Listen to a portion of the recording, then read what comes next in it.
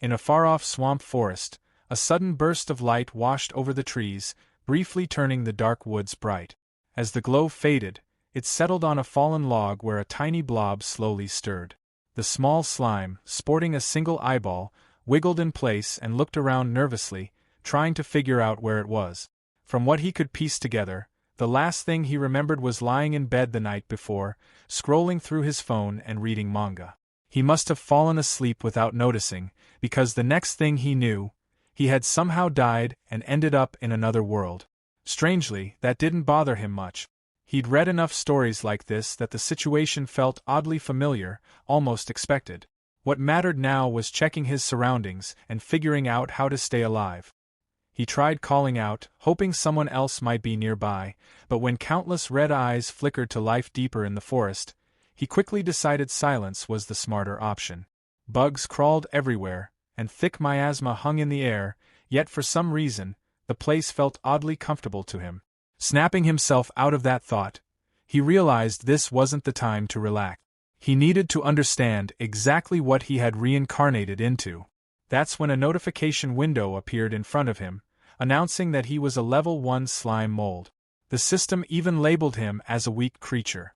The realization hit hard. Of all things, he had become a slime mold. To make matters worse, his health was actively dropping, and if he didn't eat something fast, he'd die again. He scanned the area, wondering what counted as food for something like him. Then he remembered seeing a decomposer trait listed in the system window. That rang a bell. Slime molds were decomposers, which meant they could eat wood. Figuring that was his best bet, he spread his body across the log beneath him. The moment he focused on the command, his body automatically wrapped around the wood and began breaking it down. The sensation surprised him. The taste wasn't bad, kind of like a soggy biscuit. 15 minutes later, a large chunk of the log was gone. He let out a satisfied burp as he leveled up, his HP snapping back to full. The system informed him that he'd gained 1 skill enhancement point. Checking his status window, he recognized the decompose skill, but another one, pulsation, caught his eye. Unsure what it did, he decided to put the point into it just to find out. As the skill leveled up, his body spread outward in thin, web-like strands, each one pulsing like a blood vessel. He quickly understood that pulsation allowed the protoplasm inside him to flow back and forth, letting him move and shift position. The knowledge came to him instantly, magically transferred, even though he technically didn't have a brain anymore. Since eating more wood wouldn't give him additional experience, he decided to explore the ground. He was amazed by how freely he could reshape his body. Sliding down from the log, he spotted a mushroom nearby. Part of him remembered how humans usually ended up dead after eating random fungi, but his instincts as a slime mold told him this was food. Good food. He found the shortest route and scooted toward it. Once he reached the mushroom, he spread himself over it, climbing upward with thin tendrils. Reaching the top, he happily announced to himself that it was time to eat. In his mind, he imagined himself dressed in a fancy suit, calling out to the innocent little mushroom like they were meeting after a long online relationship. The mushroom questioned whether it really was him, and he reassured it, trying to appear charming. Then the mushroom turned around, revealing its true nature, practically inviting him to eat her. That's when it hit him, she was toxic. He'd been scammed. The system immediately warned him that he'd been poisoned, and his health started dropping fast. Panic set in. Acting on instinct, he tore off part of his body and flung himself away from the mushroom. The decomposition failed, giving him no experience, and the lost body mass reduced his maximum HP. Still, the poison effect cleared, and that alone saved him. Shaken but alive, he noticed that he'd managed to partially decompose the mushroom anyway. Frustrated that he couldn't finish it, he left while promising himself he'd come back once he was stronger. He climbed back up the log and settled into the hollow he'd made earlier, eating more wood. After another 15 minutes, his health fully recovered. Once restored, he headed out again, moving across the ground using pulsation. That's when an idea clicked. If he could decompose just a little of the mushroom each time, retreat to heal by eating wood, and repeat the process, he could eventually take it down completely. He named this plan Move Mountain, and returned to the mushroom. When he showed up again, the toxic mushroom complained that this was already the 8th time, asking if he seriously planned on never giving up. This time, instead of retreating, he suddenly restrained her, declaring she was under arrest. The mushroom was stunned as he finally managed to cover her entirely. The decomposition succeeded. He gained experience and unlocked poison resistance. Looking at the new skill, he realized why eating the mushroom had felt more tolerable toward the end. Still, he was annoyed that he hadn't leveled up. He thought the mushroom should have given way more experience. That irritation didn't last long. The damp environment was packed with mushrooms, and he eyed his next targets hungrily. He went on to consume many different kinds, leveling up as he gained more experience. Some were safe, like straw mushrooms, while others, like monk's cap, were extremely toxic but granted stronger poison resistance. He happily broke them all down, turning everything into nutrient. Eventually, he hit a point where mushrooms no longer gave him experience. Deciding not to waste them, he carried the extras back with him. The mushrooms clinging to his body worked as both food and protection. He remembered animal shows from his childhood, where crabs used sea anemones to scare off octopuses. Using poisonous mushrooms the same way, he figured he could deter predators that wanted to eat him. He felt pretty proud of himself for solving his safety problem so cleverly. Just as he was enjoying that thought, a strong wind whipped through the area. Looking up, he noticed something alarming: a group of wasps flying past, carrying chunks of what looked like raw meat. Staring at the giant hornets, Slimy wondered if the poisonous mushrooms stuck to his body might be enough to scare them off. He silently hoped they wouldn't notice him at all. Before anything else could happen, a long tongue suddenly shot out from the shadows, snatching one of the hornets out of the air. A green frog appeared and swallowed the massive insect in a single gulp. Slimy froze in horror. One predator was bad enough, but now another had joined the scene. The remaining hornets immediately swarmed the frog, attacking in a frenzy. From the sidelines, Slimy watched as they stabbed and bit at it. Individually, the hornets were clearly weaker than the frog, but their numbers made up for it. As the fight dragged on, Slimy couldn't help wondering whether they'd seriously injure each other. If they did, maybe he could sneak in and collect the leftovers. Logically speaking, decomposing monster corpses should give far more experience than wood or mushrooms ever could. Just as that thought crossed his mind, the frog suddenly opened its mouth wide. Activating some kind of empowered tongue skill, it lashed out and caught all the remaining hornets at once, swallowing them whole. Slimy was stunned. Then everything got worse. A massive shadow loomed overhead. Before Slimy could react, a giant snake lunged down at the frog, its jaws wide open. Blood sprayed across the swamp as the frog was devoured. Only then did Slimy realize the horrifying truth. The snake was actually the tail of an enormous bird standing in the swamp. The creature straightened up, its giant eye locking onto Slimy, who had been staring in shock. Accepting his fate, Slimy hurriedly offered up his mushrooms, silently begging the bird to spare him. He had already given up on fighting back after such a disastrous chain of events. The bird glanced at the mushrooms, then lifted its head and flapped its wings. A violent gust tore through the area, nearly blowing Slimy away and stripping 30 HP from him in an instant. Then the bird flew off. Night once again swallowed the swamp forest. Slimy, having tucked away what mushrooms he had left, sat trembling on the dead tree log. It finally sank in. He was at the absolute bottom of the food chain. Still, there was a strange bit of luck in that. The gap between him and those top predators was so large that he wasn't even worth eating. Checking his system window again, he bitterly noted that even leveling up 4 times in a single night hadn't changed the label, calling him a weak creature. He wondered how a slime mold like him was supposed to survive, let alone rise above this. Exhausted, he hoped it was all just a dream and that he'd wake up wrapped in his blanket. But morning came. Sunlight poured into the swamp forest. A green slime suddenly dripped down from a mushroom above, splashing onto Slimy like acid. The moment it touched him, his HP dropped sharply. He jolted in pain as the system announced he had gained a new skill called Burst. The skill allowed him to force the ectoplasm in his body to flow in a single direction, creating thrust. Confused and still hurting, Slimy fell to the ground and looked around, trying to understand what had just happened. That's when he noticed a snail slowly crawling toward his mushrooms. The snail activated a skill called acid liquor, melting the mushrooms into a sizzling puddle and slurping up the remains. Slimy shouted at the snail, finally getting its attention. It was one thing to steal his mushrooms, but dripping acid on his face and almost melting him crossed a line. The snail didn't seem to care. It kept eating and let out a small, pitiful whimper. Slimy snapped that playing the victim wasn't going to help. Still, as the snail lingered nearby, whimpering, Slimy hesitated. They were both low-level monsters, just trying to survive in a harsh world. Seeing how miserable it looked, he wondered if he was being too harsh. With a sigh, he decided to let it go, telling the snail he wouldn't make things difficult. There were plenty of mushrooms around anyway. The snail made a happy sound and went back to eating. Watching this, Slimy was reminded of those manga scenes where friendships were born from conflict. He started daydreaming about teaming up with the snail, growing stronger together, and increasing their chances of survival. In his imagination, they'd go on adventures, powered by friendship, eventually defeating some great demon king. Companions, he thought, were essential to surviving and growing stronger in this world.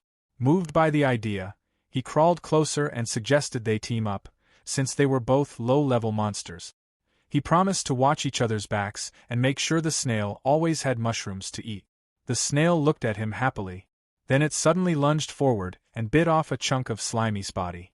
Pain shot through him as his HP dropped. It hurt a lot. In that instant, Slimy realized how naive he'd been. Monsters in this world didn't care about feelings. Nature was simple: eat or be eaten. He'd been fooled by the snail's pitiful act. Even though they were both low-level, its strength was clearly higher than his. Deciding he needed to escape immediately, Slimy tried to pull away. The snail rose up and turned toward him, making it clear it had no intention of letting him go. Panicking, Slimy dumped his remaining skill points into pulsation. Pushing the skill to its limit, he surged forward. Both of them crawled across the dead tree, but after 3 exhausting minutes, they'd barely move. Worse, the snail was still right behind him. Slimy's panic grew when he realized its speed matched his own. The snail suddenly raised its head, its throat swelling. With a violent motion, it spewed acid liquor all over Slimy. His HP plummeted as his body split cleanly down the middle. For a brief moment, he wondered if his consciousness automatically stayed in the larger half. There was no time to think. The snail loomed over him, mouth open and dripping acid, then dove straight into his body and began eating. The half of Slimy that still held his mind barely managed to escape. He swore to himself that he'd endure this humiliation. For a slime mold, revenge could always come later. After finishing off the rest of Slimy's body, the snail turned back toward him. This time, Slimy had managed to grab hold of one of the mushrooms. As the snail charged again, Slimy activated Burst and jammed the toxic mushroom straight into its mouth. The snail immediately started thrashing and wailing as the poison took effect. Moments later, it collapsed beside Slimy, dead. The system notified him that he had defeated the snail and gained enough points to level up. Relief washed over him. He realized now why the snail always dissolved mushrooms with acid before eating them. It didn't have poison resistance at all. No matter how messy it had been, he had successfully defeated the first monster he'd faced in this world. Poking at the snail's corpse, Slimy wondered what kind of rewards he'd get from decomposing it. Crawling onto the body, he immediately noticed how sticky and gross the meat was. He tried to ignore the feeling, reminding himself that meat was meat. He even joked to himself about treating it like fancy French cuisine as he began decomposing it. The moment he did, an unbearable taste flooded his senses. It was absolutely vile, salty and sour at the same time, like thick mucus. A system window popped up, informing him that the decomposition had been terminated and that no experience points were gained. Still, he couldn't bring himself to throw it away. After all, this was a victory he'd earned by risking his life. Slimy reminded himself that if he wanted to survive, he had to get strong fast, and that meant he couldn't afford to be a picky eater. Gritting through it, figuratively holding his nose, even though he didn't actually have one, he forced himself to swallow the revolting meal. The forest echoed with wet, miserable retching sounds as his body spasmed and glitched like a broken mass of slime. He kept going anyway, shoving down the snail meat along with a few nearby mushrooms. When he finally finished, the system announced that decomposition was complete. He gained enough experience to level up from 6 to 7, and his body regenerated. Despite what the system claimed, he felt awful. He collapsed into a melted puddle beside the empty red shell, somehow feeling worse than before he'd eaten. Pulling up his status screen, he noted that he had 1.4 skill points available. His skills now read: Decomposition Level 6, Pulsation Level 3, Poison Resistance Level 3, and Burst Level 1. He thought about what those actually meant in real life. Decomposition was basically just eating. Pulsation felt like running away. Poison resistance translated to getting beaten up and not dying. Burst? Also running away, just faster. Accepting his situation, he told himself that complaining was pointless for a slime mold. In his mind, he pictured powerful forest predators like giant hornets as massive, muscular monsters. With stats as low as his, he knew provoking them would be suicide, even if he somehow had attack skills. Survival came first. With that in mind, he dumped his points into pulsation again. The skill climbed to level 4. Excited, he immediately tested it, pushing his slime body as hard as he could and measuring how fast he moved across the log. His new top speed turned out to be 20 centimeters per second. At first, that sounded impressive, until he calculated it was only about 0.78 kilometers per hour. The realization crushed him. Even after all that effort, he was still painfully slow. A week later, Slimy lounged inside a hollow log, holding a red mushroom. The log had kept him safe, but he'd completely exhausted the nearby food supply and only gained 2 levels in all that time. It was clear he needed a new base. Before leaving, he decided to do one last big scavenging run to fill both his stomach and his inventory. Activating search, he flattened his body into a vein-like network, spreading out in multiple directions at once. The range expanded along with his HP, and his yellow slime stretched across the forest floor like a living map. The system notified him that 3 white mushrooms had been stored inside his body. Pushing farther, he collected 6 small grass mushrooms. With his refined body control, he could either store items or decompose them instantly, which made gathering far more efficient. He demonstrated this by consuming a cluster of blue mushrooms on the spot. He kept foraging and broke down a large blue mushroom. The system confirmed the decomposition, rewarding him with experience and raising his poison resistance to level 4. As he continued spreading his search network, one of his tendrils hit something hard and red. The system immediately warned that the target couldn't be decomposed. Before he could react, a sharp pain shot through him, costing him 9 HP. He pulled back instinctively, annoyed as he realized he'd run into that guy again. The attacker sprayed green corrosive liquid using acid liquor. Slimy was grazed, losing another 7 HP, but he was relieved that his improved speed let him dodge most of the attack. This was another acid snail, but this one was noticeably faster. He wondered if individuals of the same species could really vary this much in strength. Moving evasively, he felt confident the snail wouldn't land another hit. That confidence shattered when the snail suddenly unleashed a brutal close-range attack, splattering his body and dealing a massive 33 points of damage. The snail paused, seemingly thinking it was over. That pause was exactly what Slimy needed. He'd taken the hit on purpose to get close. Using Burst, he jammed a poisonous purple mushroom straight into the snail's mouth. In his mind, he mocked how easy it was to beat monsters once their weakness was known, chalking it up to the clear intelligence gap between them. The plan worked instantly. The acid snail convulsed as poison tore through its body. Slimy consumed the defeated enemy, once again forcing himself through the disgusting taste. The system rewarded him by boosting him from level 9 to 10. He sat there afterward in a melted heap, feeling miserable from the meal, but he couldn't deny it. The massive experience gained from monster meat made it worth it. Once he recovered, he left the red shell behind and continued moving through the grassy forest. As he traveled, he heard rustling ahead in the tall grass. Assuming it was just another weak snail, he arrogantly called out, ordering whatever was hiding to come out. What emerged instead made him freeze. It wasn't a snail at all, but a huge, horrifying centipede with blade-like legs. The towering insect cast a terrifying shadow over him, twitching its sharp blue limbs in a steady, threatening rhythm. Panicking, Slimy scrambled behind a rock, trembling as he realized he'd made a serious mistake. The centipede lunged. Desperate, Slimy tried his usual trick. He held up a poisonous mushroom and yelled for the monster to stay back. The attempt failed instantly. The centipede's mandibles sliced the mushroom clean in half before it could even be eaten. Slimy stared in disbelief as the pieces fell uselessly to the ground. The centipede followed up with a skill called Myriad Blade Strangle, wrapping its long body around him and squeezing. It buried its head into his slime, trying to bite and tear him apart. Then something unexpected happened. The centipede struggled. No matter how it attacked, it couldn't deal any damage. That's when Slimy realized the truth. His liquid body was immune to blades and constriction. In an instant, predator and prey swapped roles. Slimy engulfed the trapped centipede, happily accepting the delivered experience points as he consumed it. Riding that momentum, he continued hunting. He spotted a large green beetle resting on a rock. He tried to attack a flying hornet but could only watch it hover out of reach, annoyed that he was still too short. When he noticed a cockroach, he recoiled in pure disgust and decided to let it go, simply because he didn't want to eat it.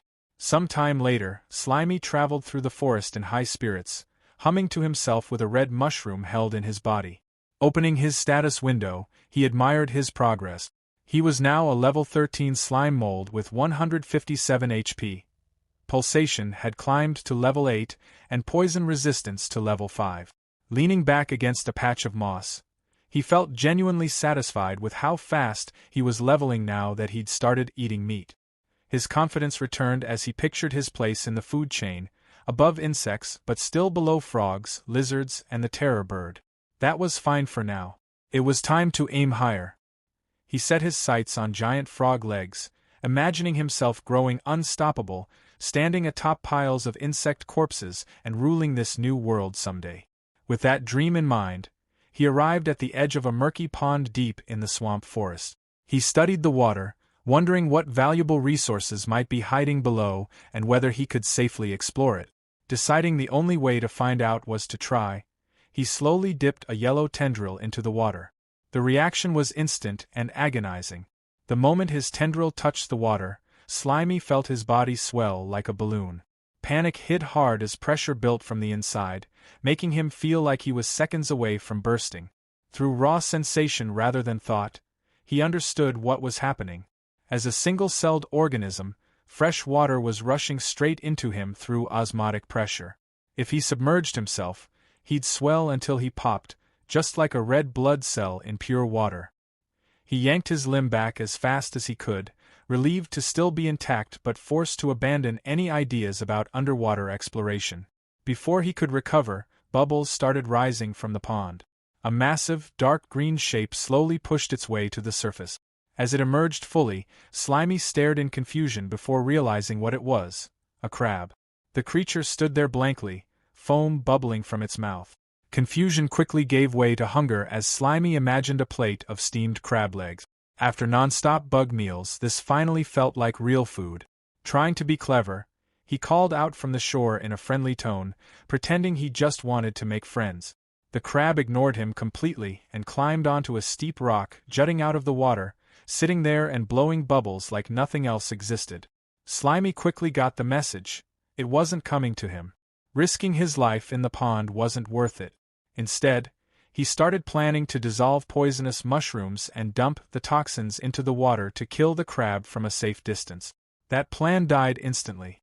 The giant swamp crab activated a skill called Bubble Barrage, firing a high-pressure stream of water straight at him. The blast slammed into Slimy with terrifying force, knocking him backward and ripping 25 HP away. He was stunned that something as simple as water could hurt that badly. The crab fired again. Slimy scrambled to dodge, but still took another 10 damage as he barely escaped. He slid behind a thick tree root just in time, using it as a shield against the incoming water blast. His body trembled as he realized the truth. This thing was on a completely different level from the insects he'd been farming. Running now would only paint a bigger target on him, so he stayed hidden and waited, hoping the crab would lose interest. Then he heard a massive splash. Peeking out carefully, He wondered if the crab had finally given up. Instead, his blood ran cold as he saw the giant swamp crab climb out of the pond and onto land. Its claws snapped aggressively as it activated dash, scuttling sideways with horrifying speed. Slimy watched in disbelief as the predator charged straight toward his hiding spot. Realizing the crab fully intended to eat him, he panicked and scrambled up the tree trunk. Clinging tightly to the bark, he glanced down and felt a brief wave of relief. At least up here, the water attacks wouldn't hit him. That relief vanished instantly. A chittering sound echoed above. Slimy looked up and saw a large, pale spider with glowing red eyes crawling down toward him. Unbothered at first, he waved a tentacle dismissively, telling it to move along since he was busy dealing with the crab. In his arrogance, he even warned the spider not to be rude, bragging that he'd eaten plenty of bugs just like it. The spider didn't retreat. It hissed, red eyes burning brighter, and suddenly struck with arachnid slash. Its front leg moved like a blade, slicing through Slimy's body at blinding speed. A massive chunk of slime was severed, dealing 30 damage, and the spider calmly caught and ate it. Slimy was stunned. He'd thought he was immune to blade attacks. A status window appeared, revealing the truth. The spider was a level 16 monster with swordsmanship level 8. Before he could even process that, another blast of high-pressure water slammed into the tree trunk inches from him. The splash alone dealt another 17 damage. Trapped between the blade-wielding spider above and the water-blasting crab below, Slimy felt despair close in. Staring up at the spider blocking his escape, he cursed his luck as tears welled up in his single eye. He was stuck. Again. Below, the crab fired another bubble barrage straight up the tree. Slimy dodged at the last possible second. The water beam missed him and slammed straight into the spider's face. The impact knocked the spider clean off the tree. The spider hit the ground in a fury and immediately retaliated, firing a stream of white webbing at the crab. The sticky silk wrapped around the giant swamp crab, slowing its movements. Taking advantage of the opening, the spider leapt forward and slashed at the crab's shell. The crab responded with crustacean carapace, hardening its shell to block the strike, then countered with crustacean clamp, snapping its claws viciously.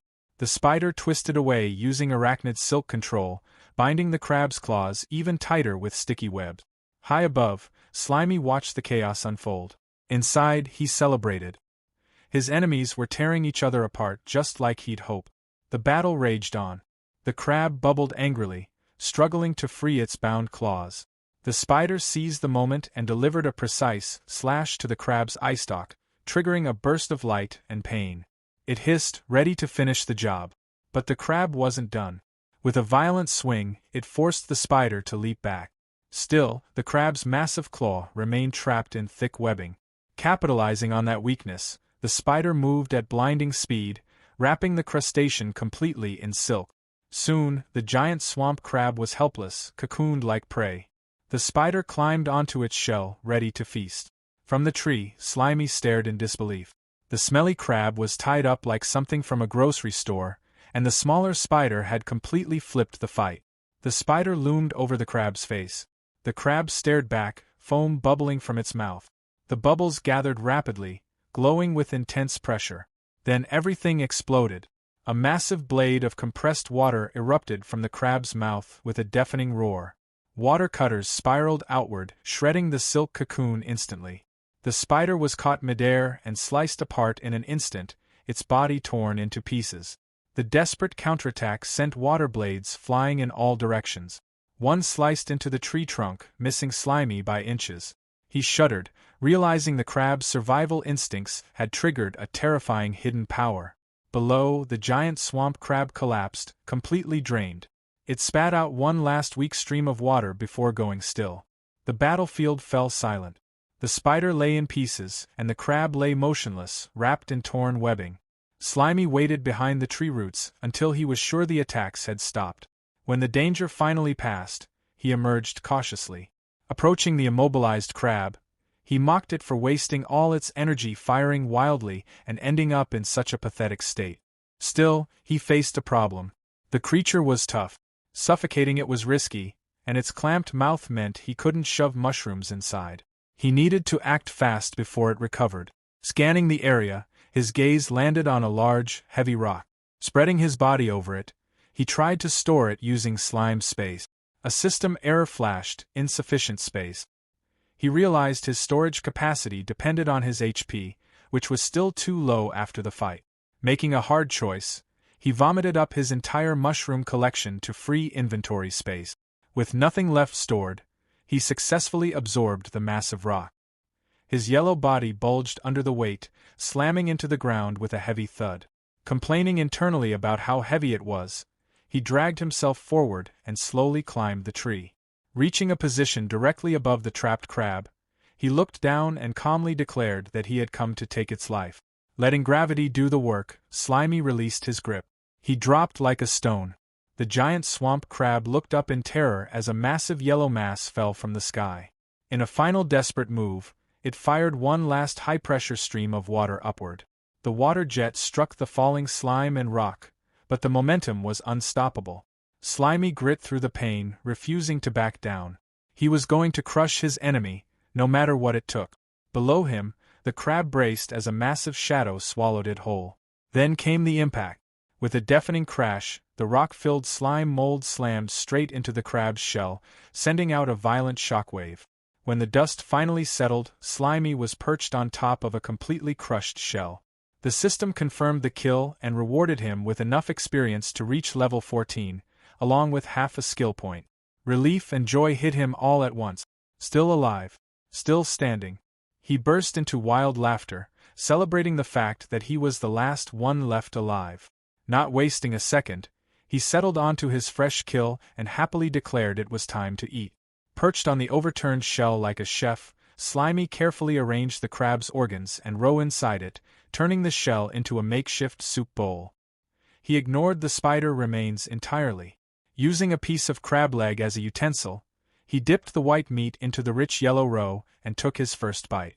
The flavor overwhelmed him. After days of moldy wood, snails, and insects, the taste of fresh seafood exploded across his senses. Tears streamed down his slimy face as he realized something important: good food really did heal the soul. In that moment, he renewed his determination to survive in this brutal world, if only to keep finding meals like this. He ate everything, leaving nothing behind. Completely stuffed, he sprawled across a log, satisfied and content. A status window popped up, showing he was now level 14 with 168 HP. His body felt refreshed, energized, and whole again. With his hunger gone, Slimy decided to put that energy toward an experiment. He positioned himself in front of a rock and focused inward, concentrating on his internal structure. Tensing his entire body, he squeezed with everything he had. His single eye bulged from the strain as he tried to force something out, screaming internally from the effort. Panting, he glared at the rock, demanding the power to come out. His thoughts drifted back to the crab's bubble barrage. Skills could be learned through practice, right? The crab compressed water to fire it, so why couldn't a slime mold do the same? Fired up, he squeezed his internal fluids again, chanting for the attack to appear. He tried copying the crab's technique, but only a few weak squirts shot out of his backside in completely the wrong direction. He tried again, aiming forward this time, straining noisily. The yellow liquid just dribbled out uselessly. Exhausted, he collapsed into a puddle, complaining that he couldn't control either the direction or the force. For a moment, he felt defeated. Then the frustration hardened into resolve. Refusing to give up, he tensed every part of his body, compressing his internal fluids to their absolute limit. Suddenly, a high-speed jet of yellow fluid blasted out with tremendous force. His burst skill activated automatically. The projectile slammed into the crab shell, punching a clean hole straight through it. A system message appeared, announcing that burst had evolved into a new skill, cytoplasm jet. The system explained that the skill launched his own cytoplasm as a projectile, using his body mass as ammunition. Slimy laughed out loud. The fact that skills could evolve through sheer practice thrilled him. Then a worrying thought hit him. His other skills had cooldowns. What if this one did too? To test it, he fired again. Then again. A rapid barrage of yellow shots tore into the shell. The system confirmed there was no cooldown. As he continued firing, the skill leveled up to level 2. That excitement faded quickly when he looked at himself. His body had shriveled into a thin, pitiful stick. A warning flashed, his health was critical. Each shot was consuming his own biomass as ammo. That meant his body was his only combat resource. Slightly disappointed that he couldn't become some kind of mage, he went back to eating the crab to restore his lost mass. While eating, an idea sparked. If eating restored him, what about the parts of himself that had been cut off earlier? He searched the area and found a large chunk of yellow slime lying in the grass. It looked way bigger than he expected. He wondered if he'd really lost that much when the spider sliced him. Curious, he pressed the separated piece against his main body and activated reclamation. As it was absorbed, flashes of memory flooded in.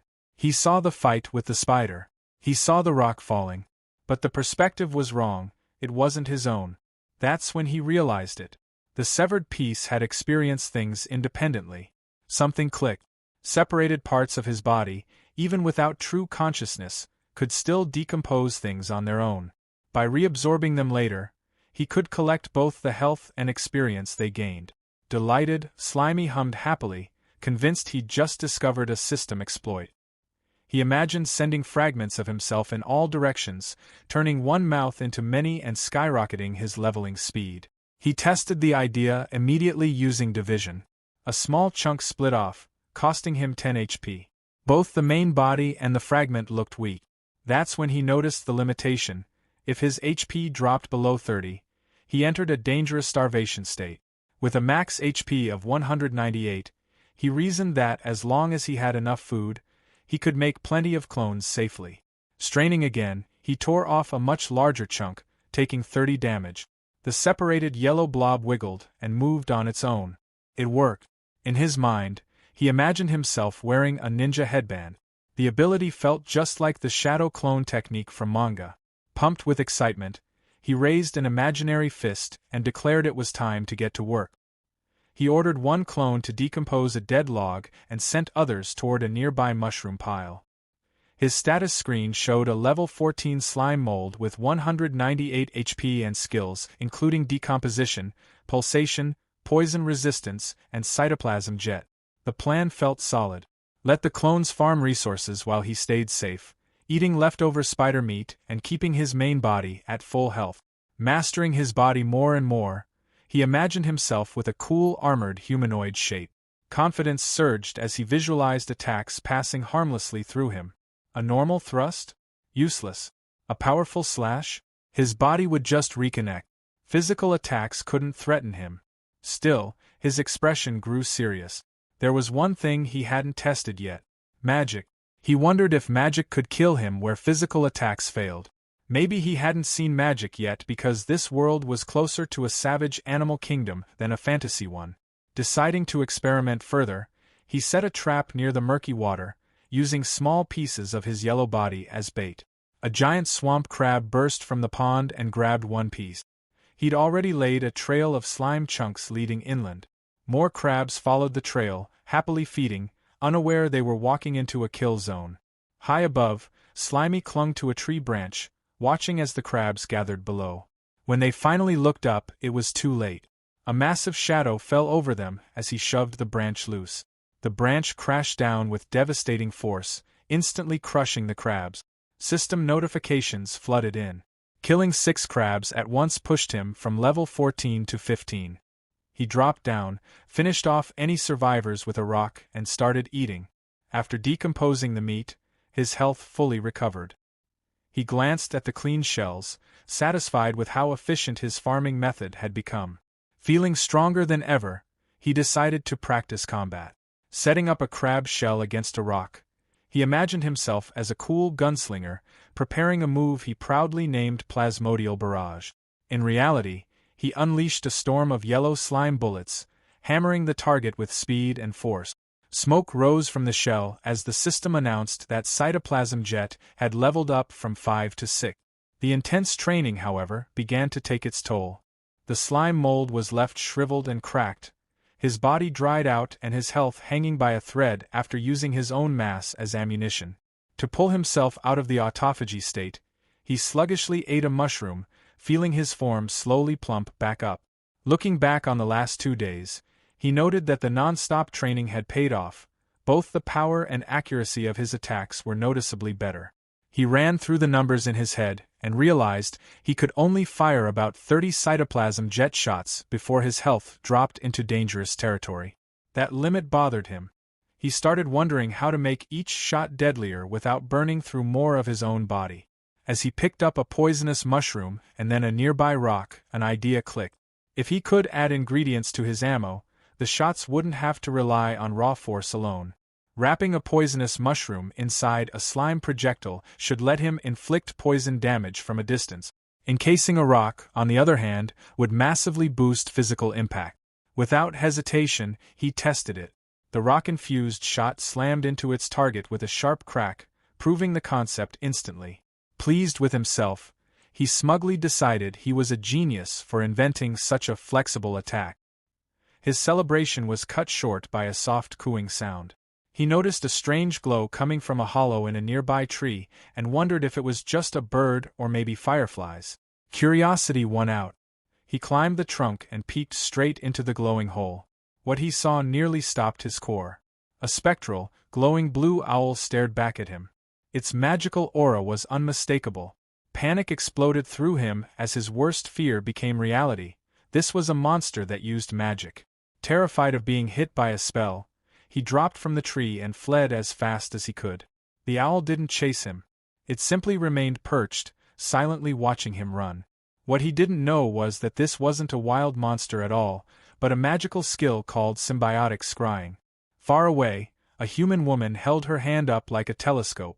Her right eye glowed with the same blue light as the owl's, sharing its vision. She rode atop a massive armored boar alongside 2 other adventurers. When a bearded man asked if she'd found anything, she lowered her hand and casually replied that it was nothing important, just a strange little monster. The group continued through the forest. A pink-haired scout commented that it felt odd not encountering any high-level monsters. The bearded warrior told Little Steel to stay sharp and lead, worried that their magical link to the guild master had gone quiet. Meanwhile, the slime mold was in full panic mode. Convinced the owl had marked him, he fled blindly, knowing better than to mess with magic users. He reached a river and hesitated, unsure how to cross. Then he remembered physics, momentum mattered. He launched himself into the air and, mid-flight, activated Plasmodial Barrage. Instead of attacking, he fired backward, using the shots as propulsion. The plan worked, but it cost him 80 HP. He rocketed over the river, crashing hard on the other side, exhausted but alive. Believing he'd escaped, he gnawed on dead wood to recover. Even as his health stabilized, he admitted to himself that while he was strong for his level, a true high-tier enemy would kill him instantly. Then the air changed. A terrifying pressure slammed down on him, wrapped in a dark, fiery red aura. He froze, sensing something far worse than the snake-tailed terror bird. Assuming the magic owl had found him, he slowly turned, only to realize the source of fear wasn't the owl at all. Lying on the forest floor was a colossal severed claw, white-scaled with a black nail, so massive it crushed trees beneath it. His single eye struggled to process what he was seeing. A giant finger. Fear twisted instantly into greedy excitement. To him, this was a legendary golden finger, the kind of cheat-like power-up whispered about in stories. If he absorbed it, he was sure it would grant immense power, maybe even a massive evolution. Laughing wildly at his luck, he spread his body over the scales and activated dissolution, wrapping slime tendrils around the limb. Almost immediately, pain ripped through him. The object resisted digestion fiercely. A system alert flashed, decomposition failed. His skill was too low, or the level gap was simply too large. The limb's invulnerability activated, its overwhelming power repelling his cells. Instead of gaining experience, he started taking damage in wave. Realizing he was killing himself, he activated autotomy and severed the connection. A chunk of his body tore away as he recoiled. Staring at the finger again, he felt nothing but regret as tiny +1 experience messages floated up mockingly. He cursed himself for not upgrading decomposition sooner. The treasure was right there, yet completely unusable. He couldn't digest it, and his inventory was far too small to store it. Reluctantly, he decided to leave it behind, grind levels, max out his skill, and come back later. That plan shattered instantly. The ground began to rumble violently. The severed finger suddenly glowed, erupting with energy before blasting straight out of the earth. It tore through soil, rock, and trees, shooting into the sky. Shockwaves and debris exploded outward. He spotted a blast racing toward him, and barely survived as it carved a massive crater nearby. Trembling, he crawled beneath a tree root, shaken to his core. The world suddenly felt terrifyingly vast. The farther he traveled, the smaller he felt. His arrogance drained away, replaced by caution. He chose to return to basics, hiding, decomposing dead wood, and growing stronger safely. Deep underground, the severed finger finally came to rest. In the darkness, it sat still, then erupted with a terrifying red and black aura, revealing it was far more than a dead limb. Checking his mental map, the slime mold confirmed the golden finger was far northeast and the magic owl far southwest. He was safely between them, deep in dense forest. He chose a thick tree and decided to set up a temporary base. Using dissolution, he melted into the trunk, planning a narrow entrance to block large monsters while hollowing out a spacious interior. Imagining himself in a hard hat, he eagerly excavated layer by layer. For light, he planted a glowing mushroom that emitted faint poison with its blue shine. Exhausted but satisfied, he collapsed onto a moss bed he'd gathered. A stone table sat nearby, the entrance plugged with poison mushrooms, a decoy tunnel below, and a hidden passage leading to his true chamber. It was clever, safe, and his. Relaxing at last, he lay back, chewing on a twig like a cigar, enjoying the feeling of security. Then a loud, rhythmic buzzing vibrated through the wood. Annoyed, he poked his head out and shouted at the noise, only to see a massive swarm of wasps filling the canopy. Instead of fear, his eye narrowed with calculation. An idea formed. He fired a cytoplasm jet and smashed a wasp out of the air. Then he openly sat at his entrance, taunting the swarm. Enraged, they dove at him, stingers thrusting. He retreated instantly into the narrow tunnel, causing the wasps to miss or get stuck. Inside, he sighed in relief as the system notified him of effortless experience gains. His sticky body worked like flypaper. Letting 2 wasps escape on purpose, he followed them back to a massive nest high in the trees. From a branch, he studied it, already planning its destruction. When he revealed himself, sentries released pheromones and the sky filled with buzzing. Thousands poured out. Confident that stings were useless, he welcomed the experience, until the wasps formed a tight, vibrating ball around him. Heat surged. A system warning screamed as his cells began dying. Horrified, he realized they were cooking him alive. Panicking, he unleashed plasmodial barrage, shredding the formation. Then new enemies appeared, armored wasp guards with beeswax shields that blocked his shots. Worse still, he spotted a white-furred insect wielding a staff. A glowing magic circle formed overhead. A wasp mage. The hierarchy was clear, and his greatest fear, magic, stood right in front of him. As guards charged, he fired non-stop, anchoring himself to the branch and decomposing wood to regenerate health mid-battle. When guards crashed into him, he mocked them as his body trapped and dissolved them alive. With storage full, he improvised, turning a wasp spear into a reinforced projectile. The enhanced shot shattered a shield and skewered its target. Seeing its defenses broken, the wasp mage ordered a retreat. The swarm fled. He remained on the branch, watching them go, scoffing as he decided they'd run because they finally understood how dangerous he was. A thick golden substance started pooling together, twisting and swirling until it formed a smooth, glowing orb. A slimy creature freezes nearby, staring at it like it's the only thing in the world. One thought loops in its mind, that has to be bee honey, and I need to taste it. But the honey isn't unprotected. A large, regal bee mage drifts into view, staff in hand. With a smooth flick of its wand, it gathers mana and forms a small orb of fire. Basic stuff, a beginner spell called Spark Ember. The fireball launches, and slams straight into the slimy, detonating on impact. The slimy jolts back, the hit is brutal, and completely unexpected. The bee mage doesn't slow down.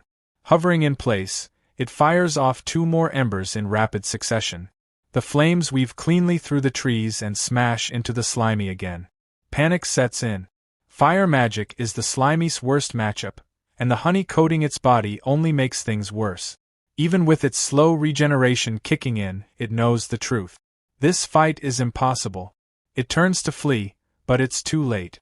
Another fireball slams home, cutting off any chance of escape. Desperate, the slimy fires back, launching a chunk of its own body in a move called plasmodial barrage. The attack is fast and sloppy, but it never reaches its target. Two smaller bee soldiers flash into existence beside the mage, and together they cast twin beeswax barrier. A glowing, hex-shaped shield snaps into place. The slimy's attack splatters uselessly against the barrier. It stares stunned. Offensive magic, defensive buffs. Of course they have both.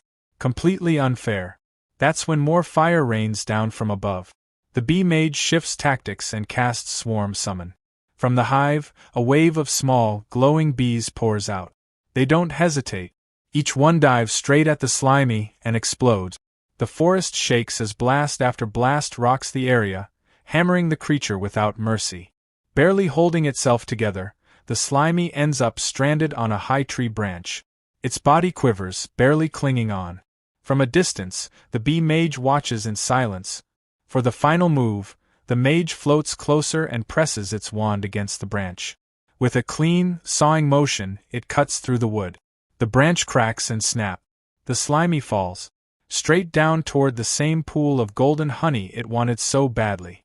As it plummets, the bee mage gathers power, standing over the honey as energy swells into a massive fireball, far bigger than anything before. The entire swarm goes quiet, watching. With one final motion, the mage releases the spell. The colossal fireball roars downward, aimed at the helpless slimy and the honey below, ready to erase everything in a single, overwhelming explosion. The colossal fireball slams into the ground, detonating in a massive blast that swallows the honey pool and the falling slimy decoy. Smoke, fire, and debris roar into the air as the bee mage and its soldiers watch in tense silence. For a moment, it looks like the fight is finally over. Then something moves.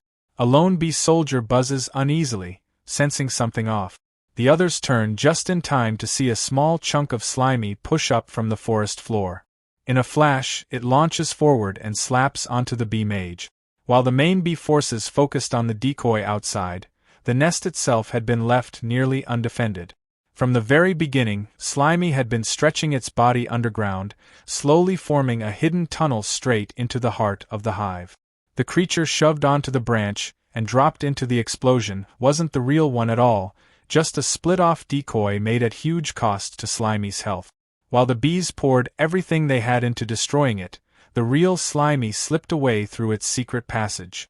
Now deep inside the hive, Slimy slides through tight honeycomb corridors. It sends out thin tendrils, feeling its way through the maze. It passes a chamber overflowing with honey but doesn't stop. This can wait. What it's after is far more important. Its tendrils suddenly break into a vast chamber. There, exposed and massive, is the bee queen. Before the royal guards can react, Slimy warned them not to move, saying their queen's life was in his hands as he threatened her with a rock. The queen screamed as he tightened around her, her pain echoing through the hive. The mage didn't hesitate and ordered the warriors to attack. Watching them rush him, Slimy felt a flash of disappointment. There was clearly no room for negotiation. In response, he crushed the queen's body and tore her head apart. The mage wasp froze in horror as the hive began collapsing almost instantly. Slimy hadn't expected it, but the queen bee functioned like a core machine. Once she was destroyed, the entire swarm naturally broke down and disintegrated. He'd briefly considered talking things out, but it became clear that even creatures with social structures were still driven by instinct at a low level. The system chimed in, informing him that he had met the requirements to level up. It also warned him that decomposing B-rank parts would no longer give experience after 24 hours, and that any HP exceeding his maximum would be cleared within an hour. He had reached level 21. This decomposition had greatly increased his poison resistance, and he'd unexpectedly unlocked a new skill called Central Command. However, when he tried to put a skill point into it, the system told him he didn't have enough subordinates to use it. He'd originally planned to max out his decomposition skill for future scavenging, but learned the hard way that racial skills couldn't be upgraded with points. With no other option, he put his points into pulsation instead. Luckily, this hall had been rich in resources. As his HP increased, the slime mold space inside his body expanded too, and the honey he'd collected felt like pure treasure. Still, when he looked back at the ruined hive, he couldn't shake the strange mix of emotions stirring inside him, despite not even having a heart anymore. Ever since he'd turned the tables on the snail, he'd officially stepped onto the path of predation. Yet something felt off. His thoughts drifted to the crab's child, imagining the little one waiting and wondering why his father hadn't come back to play like he promised. He pictured the crab telling his wife he'd be late because of work, asking her to explain it to their child. The mother would reassure the baby, saying his dad was working hard and just needed time. But as hours passed, even she would start to worry. It had gotten so late, and there hadn't even been a call. She might have wondered if he'd passed out drunk somewhere. Eventually, she'd decide to go look for him, bringing the baby along. On the road, the baby crab would be singing his favorite anime song until his mother told him to quiet down so he wouldn't disturb anyone. Then they'd spot a man stumbling toward them. The baby would recognize him instantly and call out, confused about why his dad was walking the wrong way. His mother would sigh and say he was obviously drunk, telling her son to go help him. The baby would run over happily, only for everything to fall apart when the crab suddenly turned around, revealing that he'd been turned into a zombie. A slime monster had taken over his body, eating him from the inside. The imagined scream echoed in Slimy's mind, making him think he'd become the villain of the story. But then he snapped out of it. He realized he was overthinking things, probably because his mental foundation was still human. That lingering guilt came from who he used to be. Now, he was a slime mold in another world. He didn't have the luxury of choice. If he didn't hunt, he'd be hunted. The weak were food for the strong, that was just how nature worked. To survive in this ice sky, hunting and decomposition were his only real options. Material foundation determined the superstructure, so survival came first. With that decided, he turned his focus to reclaiming the split body he'd released earlier that morning, curious about what surprises it might bring. He rushed toward the location. As he got close, he slowed down, confused by the sight of a campfire. He crept forward and hid behind some bushes, wondering if humans were nearby.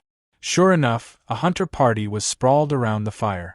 One of the men casually asked Nia if she wasn't worried about getting poked while leaning against the pig. Slimy was surprised. It really was humans. Nia replied that the steelback's bristles were soft when it was relaxed, thanking it for its hard work and saying they'd be counting on it again tomorrow. Carter explained that they'd originally been searching for their guildmaster, but somehow ended up lost themselves. As captain, he blamed himself and apologized to the team.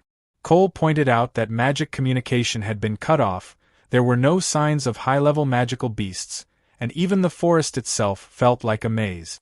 With so many strange things happening at once, no one could have predicted this. He told Carter not to beat himself up. Even though they hadn't found the guildmaster, there was no need to panic. After all, he ranked among the top 3 strongest leaders of the 8 great guilds. Once they found their way back, they could just report everything to the church. Carter agreed that the guildmaster's strength was unquestionable, but reminded them that he'd been missing for 2 whole years.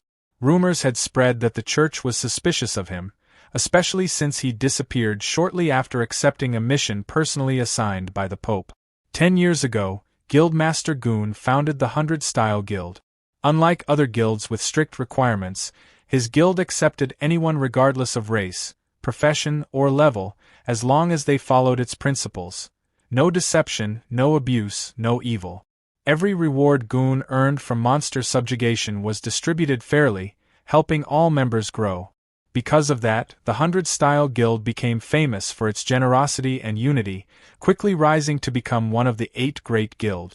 But that rapid growth also drew suspicion from the church. 2 years ago, Goon left for the swamp forest on a mission and never returned. Without his protection, members were poached or drifted away, and the once glorious guild fell into a fragile state. Goon had seen potential in Carter, which was why Carter formed this squad to search for news about him. In the end, only Nia and Cole answered his call, and he was genuinely grateful to them.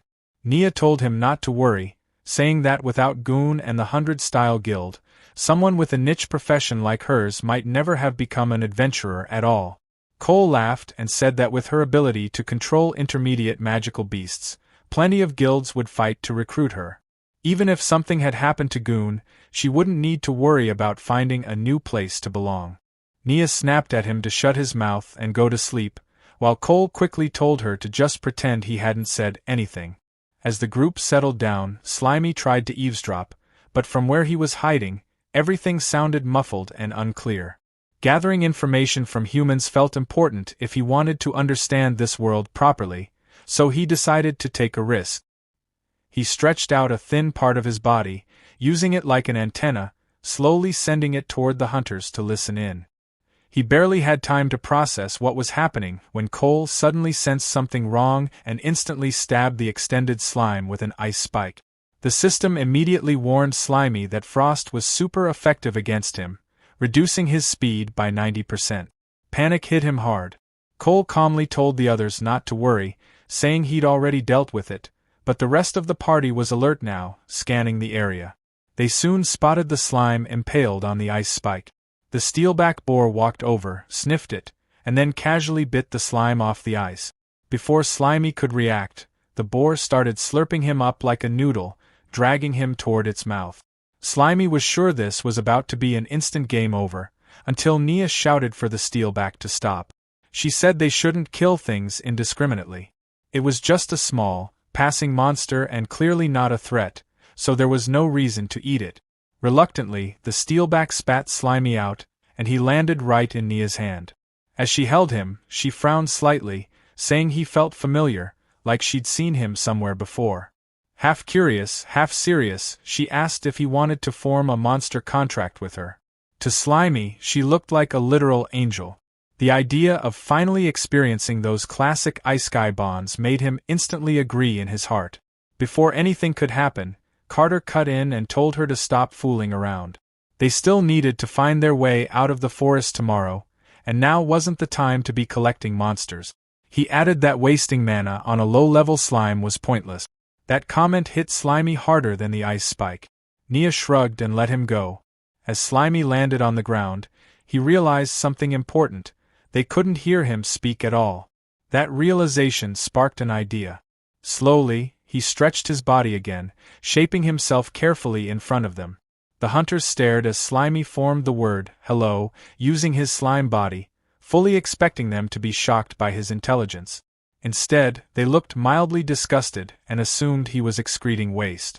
That's when it hit him, they didn't speak Chinese. The realization deflated him instantly.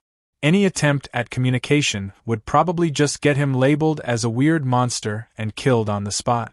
Deciding it was safer to give up, Slimy retreated. At least now he knew humans existed in this world. Unfortunately, there was also a very real language barrier standing between them.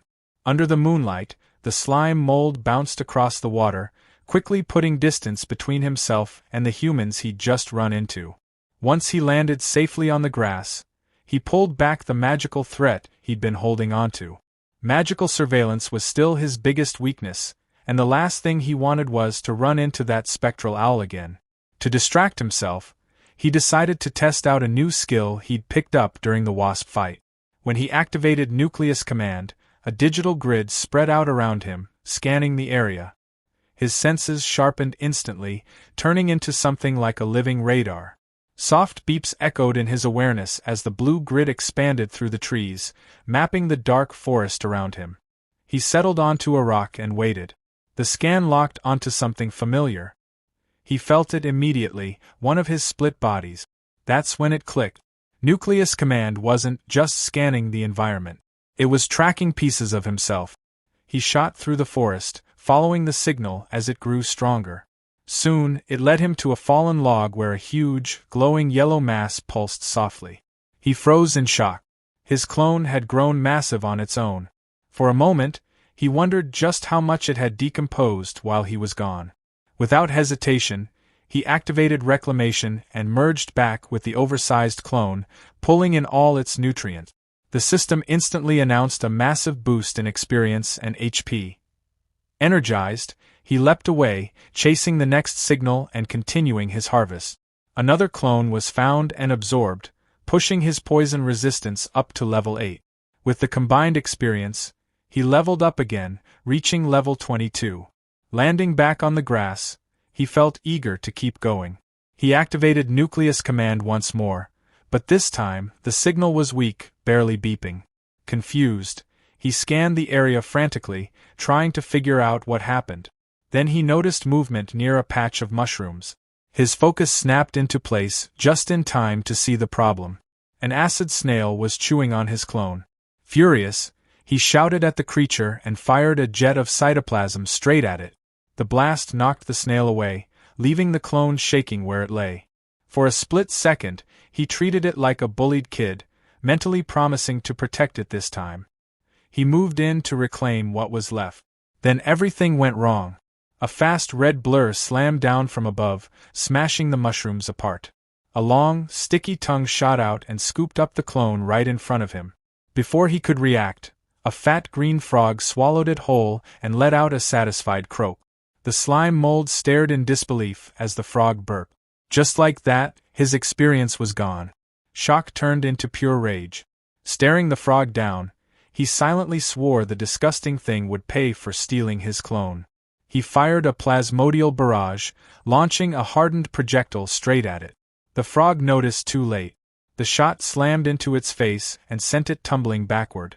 Seeing it fall, the slime mold scoffed, thinking he'd gotten strong enough to take on even bigger threats now. But that confidence didn't last long. To his disbelief, the frog wasn't finished. It opened its mouth and casually caught the projectile, completely unharmed. Before he could fire again, the frog leapt high into the air and splashed into the river, disappearing beneath the surface.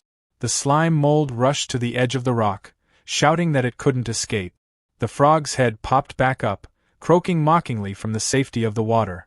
Refusing to let it go, he fired a volley into the river. Every shot splashed uselessly across the surface, losing momentum instantly. Frustrated, he stopped. It finally hit him. He couldn't touch it while it stayed underwater. Suddenly, the frog burst out of the river. Watching closely, the slime mold assumed it needed air and confidently declared that weakness meant it was dead. But he was wrong. The frog pushed off the water itself, releasing power and launching toward shore like a living missile, its mouth wide open. He barely dodged as it crashed into the rock where he'd been standing.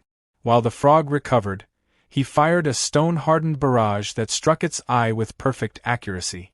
As soon as the hit landed, he retreated up a tree. Perched on a branch, he realized what had happened. The frog had baited him toward the water. After so many easy wins, he'd gotten careless. He reminded himself that a hunter could turn into prey in an instant. Below, the frog clutched its bleeding eye, furious. It glared up and croaked angrily, then ignored the pain and leapt straight for the tree. Panic hit when the slime mold realized he was out of stone ammo. He fired liquid slime shots instead. It didn't help. The frog opened its mouth and caught every projectile, swallowing them midair. The slime mold froze in horror as he realized his attacks were literally feeding it. Even injured, the frog climbed the tree, closing in fast. By the time he understood the danger, it was too late. The frog's tongue shot out and wrapped tightly around him. A brutal tug-of-war followed, the slime mold clinging to a branch while the heavy frog yanked downward. The strain became unbearable. The branch cracked, then snapped. As he fell, clutching the broken wood in terror, he saw the frog waiting below with its mouth wide open. In that split second, he used reverse momentum. Wrapping himself around the broken branch, he angled the sharp end downward and thrust it forward, screaming for it to eat this instead. The jagged wood pierced straight through the frog's mouth and into its brain. The impact sent the frog crashing back, blood spraying as the slime mold remained safe above. The lifeless body fell into the river with a heavy splash, ending the fight. Clinging to the tree trunk, he finally relaxed, relieved it was over. Below, the frog's corpse sank into the dark water, blood spreading before disappearing into the depths. Looking down, he felt a twinge of regret.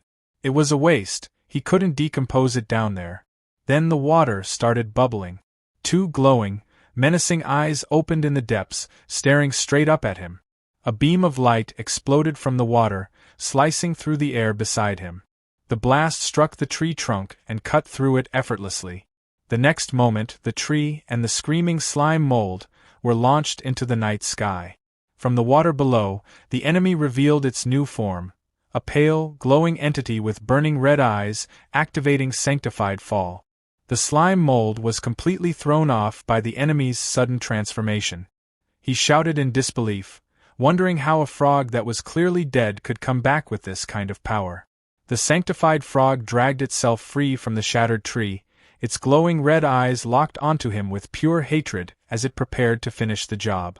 Without warning, swollen growths on the frog's eyes burst open, firing high-pressure streams of blood like laser beams. The slime mold barely dodged in time.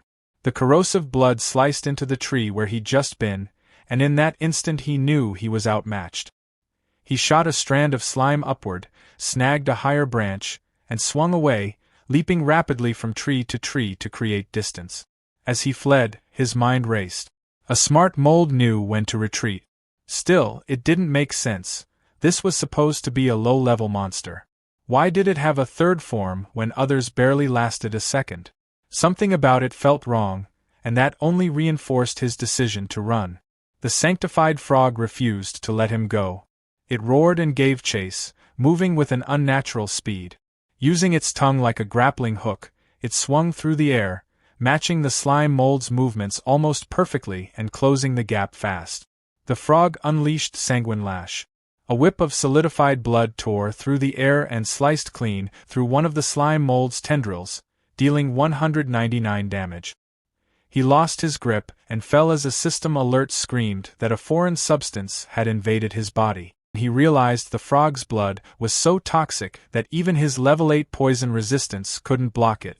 The frog didn't stop. Diving down, it activated Tongue Lash. Its long, blood-red tongue shot out like a harpoon, wrapping tightly around the slime mold and yanking him downward. Even then, he scoffed, noticing the damage was only 1 point. He figured physical attacks meant nothing to a liquid body like his. That confidence vanished the moment he hit the river. Fresh water, his worst possible weakness. A red warning flashed as his cell osmotic pressure spiked dangerously, telling him to escape immediately or die. Before he could react, the sanctified frog lunged forward, jaws wide. Its mouth snapped shut, swallowing him whole. The frog floated on the water, looking satisfied. But then its mouth bulged and twitched. Inside, the slime mold was still alive, struggling desperately. The frog clamped its jaws tighter, forcing him down its throat. In the stomach, he was submerged in digestive acid, watching in horror as his HP drained at 33 damage per second. Panic overwhelmed him. He tried to eject his core, but exhaustion dragged him down. His split skill wouldn't activate. Above the surface, the sanctified frog croaked triumphantly, splashing as if celebrating its victory. Inside, being dissolved alive, the slime mold made a desperate decision. Instead of resisting the water, he leaned into it. He intentionally triggered his osmotic weakness. By absorbing water, his body began to expand rapidly inside the frog's throat. The frog immediately sensed something was wrong. It grabbed at its neck as it bulged unnaturally. The slime mold kept expanding, forcing himself into the frog's mouth and throat, determined to choke the monster to death by sheer size.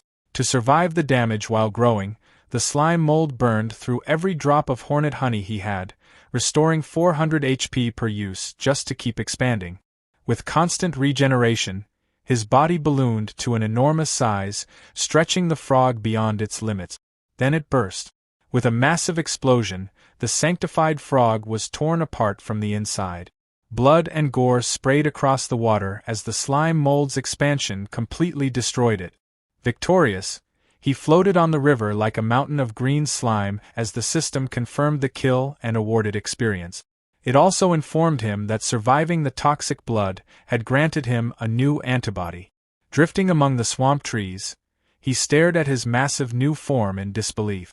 A status window popped up, showing a new passive ability. Osmotic Pressure Regulation, MAC. His HP had skyrocketed to 11,700, far beyond his normal max of 924. But a timer warned him that the excess health would vanish in 1 hour.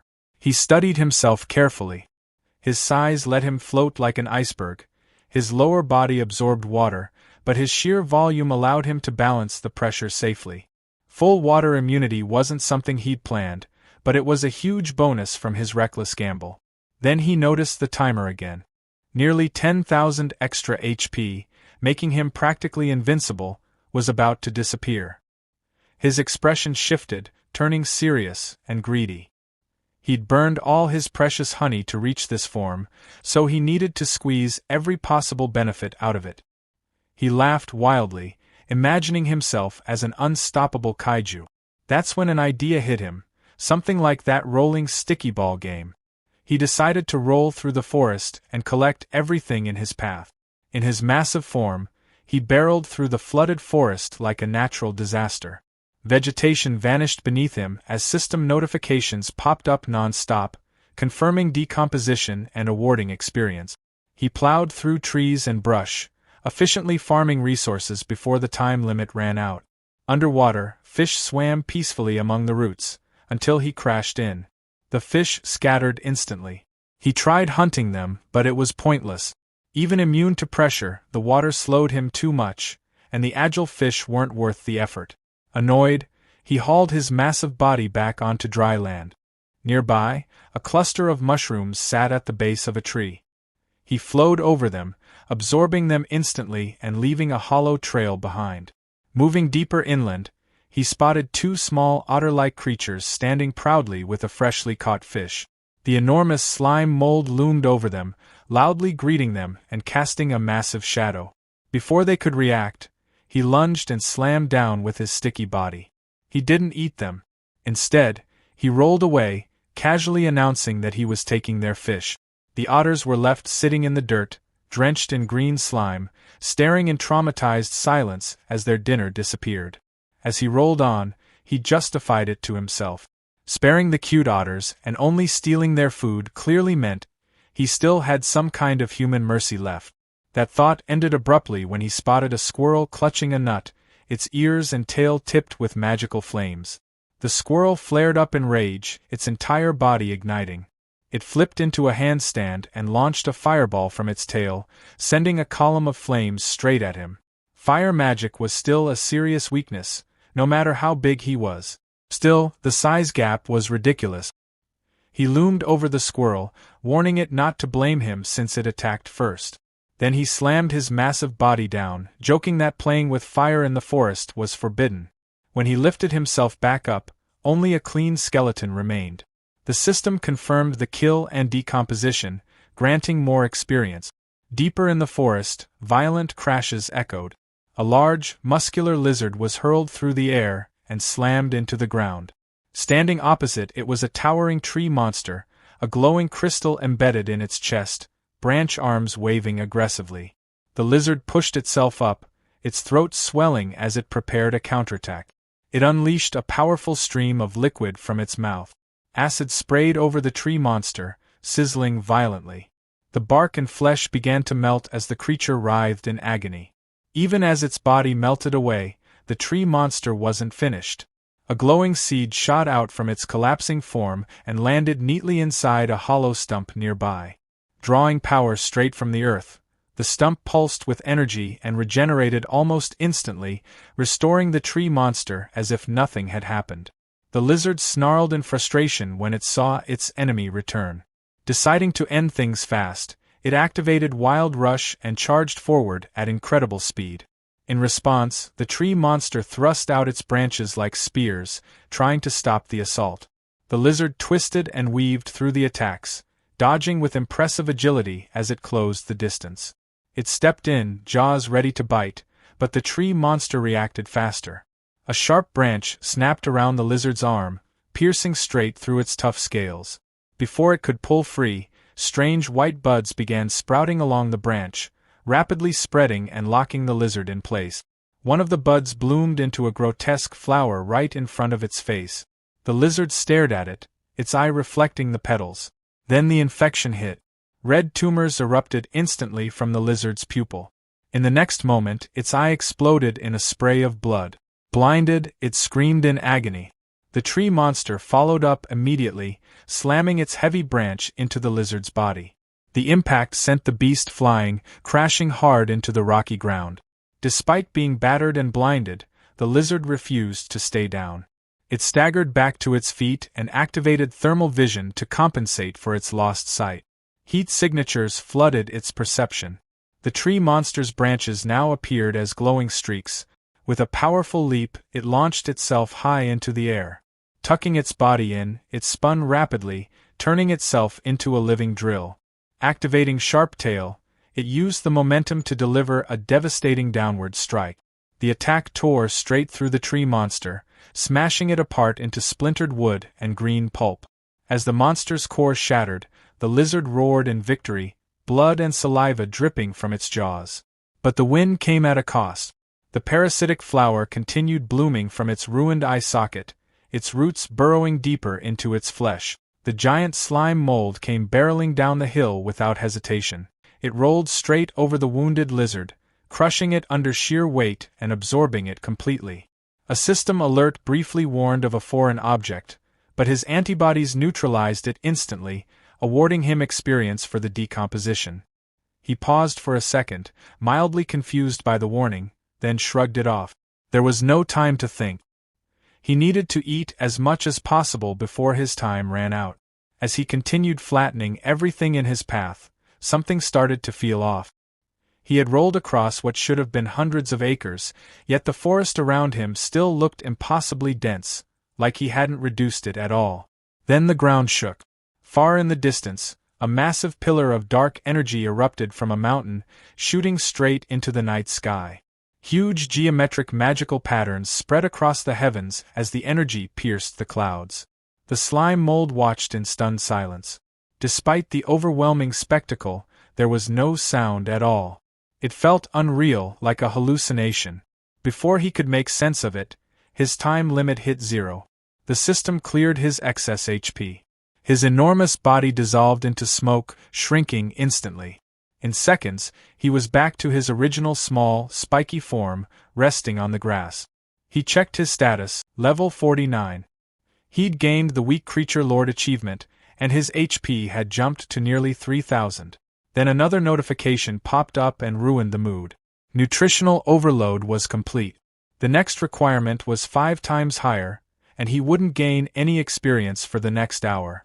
Lying in the crater his giant body had left behind, he muttered cynically, wondering if his fancy new title just meant he was king of kindergarten monsters. His body churned unpleasantly. Overeating had left him nauseous. Opening his inventory, he found it packed with junk. Rocks, wood, bones, all kinds of useless trash. Knowing he had to clear it out, his body convulsed as he vomited a massive pile of items onto the forest floor. When it was over, he lay there, deflated beside the debris. He felt lighter, but also bored. With XP locked, there wasn't much to do. Then another notification appeared. At level 60, he would be able to choose between a class change or evolution. His excitement exploded. This was the real path to power. He reasoned that mimicry was probably tied to class changes, while evolution sounded like a fundamental upgrade, something like an animal gaining human-level intelligence. His imagination ran wild. He pictured himself as a slime mold mage, mastering magic and ruling the world in this ridiculous form. He laughed to himself, until the sound of wings snapped him back to reality. Looking up, he spotted 3 fast-moving figures flying through the trees. His mood shifted instantly. Armed wasp mages. The same magic-using hornets he'd fought before, and there were 3 of them. Facing that many at once would be dangerous. Curious about their destination, he decided to follow. Leaping from tree to tree, he trailed them at a safe distance as they flew deeper into the forest. When he reached a clearing, he froze in shock. The forest floor was packed with countless hives, all connected by organic bridges, forming an enormous insect city.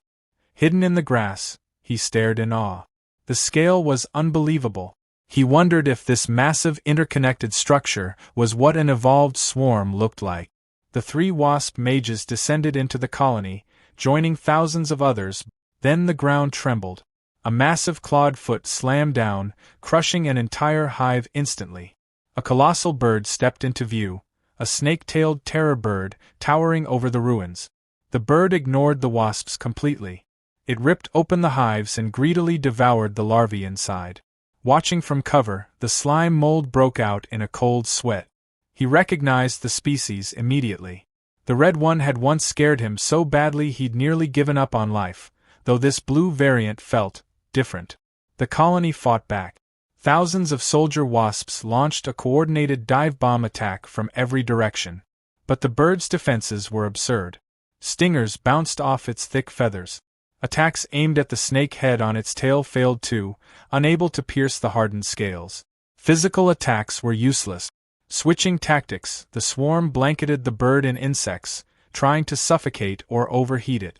The bird simply shook itself, sending thousands of wasps flying like dust. With brute force failing, the 3 wasp mages finally joined the battle. Hovering above the predator, they activated glowing magic circles and began summoning dozens of fireballs, all aimed directly at the towering terror bird. Explosions tore through the clearing, turning it into a furnace and blasting apart the hives. From his hiding place, Slimy could only stare, stunned by how strong the magic was. He expected the blue bird to be wiped out, but instead, it drank the fire like it was nothing. Its blue feathers burned into a bright, glowing red as it absorbed the spell. Fully charged now, the bird screeched and locked its gaze on the mages. The wasps hesitated, suddenly terrified. With one sharp snap of its snake-like tail, the bird ripped straight through the hives. The snake head scanned the area with heat vision, spotted survivors, and crushed a wasp in seconds. As the swarm collapsed, Slimy realized what had happened. The bird had baited the mages into powering it up. It wasn't just strong, it was clever. He decided to stay hidden and wait until it left so he could scavenge what was left behind. Then everything changed. One of the bird's wings suddenly froze solid. A group of human adventurers had arrived, drawn in by the noise. Nia Ross identified the creature as a snake heron, while Ray Carter warned everyone it was a Lord-level threat. Watching from the rocks, Slimy recognized the group from his past. The bird flexed as heat rolled off its body, melting the ice and breaking free with barely any effort. Ray Carter told Cool Fern to prepare a massive spell while he held the monster back. Cool Fern nodded, his staff lighting up with stored power. The snake heron struck with a massive claw, which Rake blocked with his shield. The impact nearly crushed him, but he forced a shield counter that blasted the bird backward. The rebound shattered his shield, leaving him exposed. The snake tail lunged for his throat, but Nia's boar, Little Steel Back, slammed into it, knocking it off course and giving Rake time to retreat. The bird didn't waste a second. It unleashed all the fire it had absorbed in a massive blast, like a dragon's breath. Cool Fern slammed his staff into the ground, raising a towering wall of ice just in time. The team took cover as fire and ice collided, flattening the surrounding trees. From his hiding spot, Slimy watched in pure terror, realizing just how far out of his league this fight was. The ice barrier started to melt. Cool Fern shouted as he poured in everything he had left, but the wall finally shattered. When the smoke cleared, the ground was scorched, but the humans were still standing. Slimy could only feel miserable about how weak he was compared to them. Exhausted, Cool Fern admitted he was completely out of magic. Rake immediately took control, telling Nia to cover him while he went for the final blow. Little Steelback fired a spread of quills at the bird, distracting it long enough for Rake to release his full power. He launched himself into the air and came crashing down, his mace glowing like a falling meteor. The strike smashed the bird's head into the dirt, crushing its skull in one clean hit. The monster dropped. Rake stood over the body and declared the battle finished. Cool Fern let out a breath, commenting on just how dangerous the creature had been. From the shadows, Slimy decided that sticking close to humans might be his safest option. Rake told Nia to search the bird's memories for clues about their missing boss. But as he stepped near the tail, the red snake head suddenly bit into his shoulder. At the same time, the main head, everyone thought it was destroyed, snapped its eyes open for one last move. Cool Fern reacted instantly, driving an ice spike through the snake head and killing it, shouting a warning about petrifying venom. Nia rushed forward with a potion, but it was already too late. Rake's throat had turned to stone, making it impossible for him to swallow. His body collapsed as his skin hardened into gray rock. Nia broke down beside the statue that had been her leader. Realizing the snake heron was draining Rake's life to heal itself, Cool Fern grabbed her and forced her to run. As they escaped, the snake heron slowly rose again, its wounds sealing shut. It watched them flee, then let out a sound that made it clear who truly ruled the battlefield. Cole gulped down a stamina potion while running, admitting between breaths that he misjudged things badly. He said the snake bird wasn't just lord level, it was already on par with a high-tier monster lord. Still, he believed there was hope.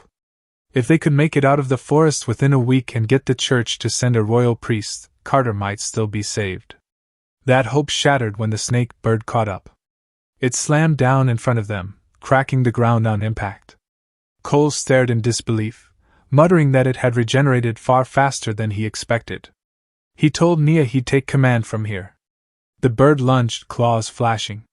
Nia froze, panic taking over as she asked him what they were supposed to do. Cole told her not to be afraid. He said he'd already thought this through.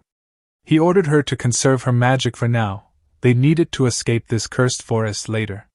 Then he began casting, unleashing an ice Gatling barrage.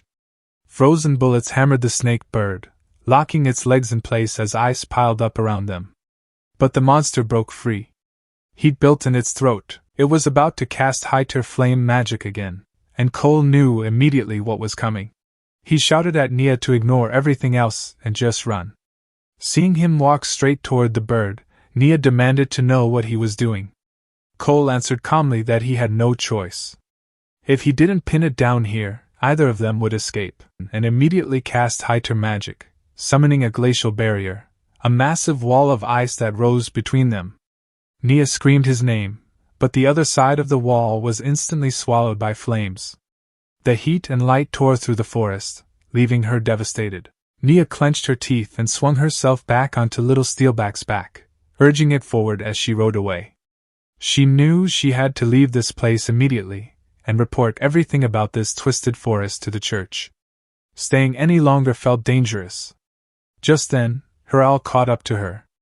Nia felt a rush of relief. She had thought she'd lost it earlier when their magical connection was cut.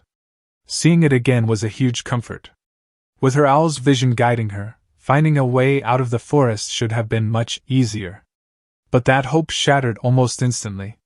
The owl didn't respond to her call.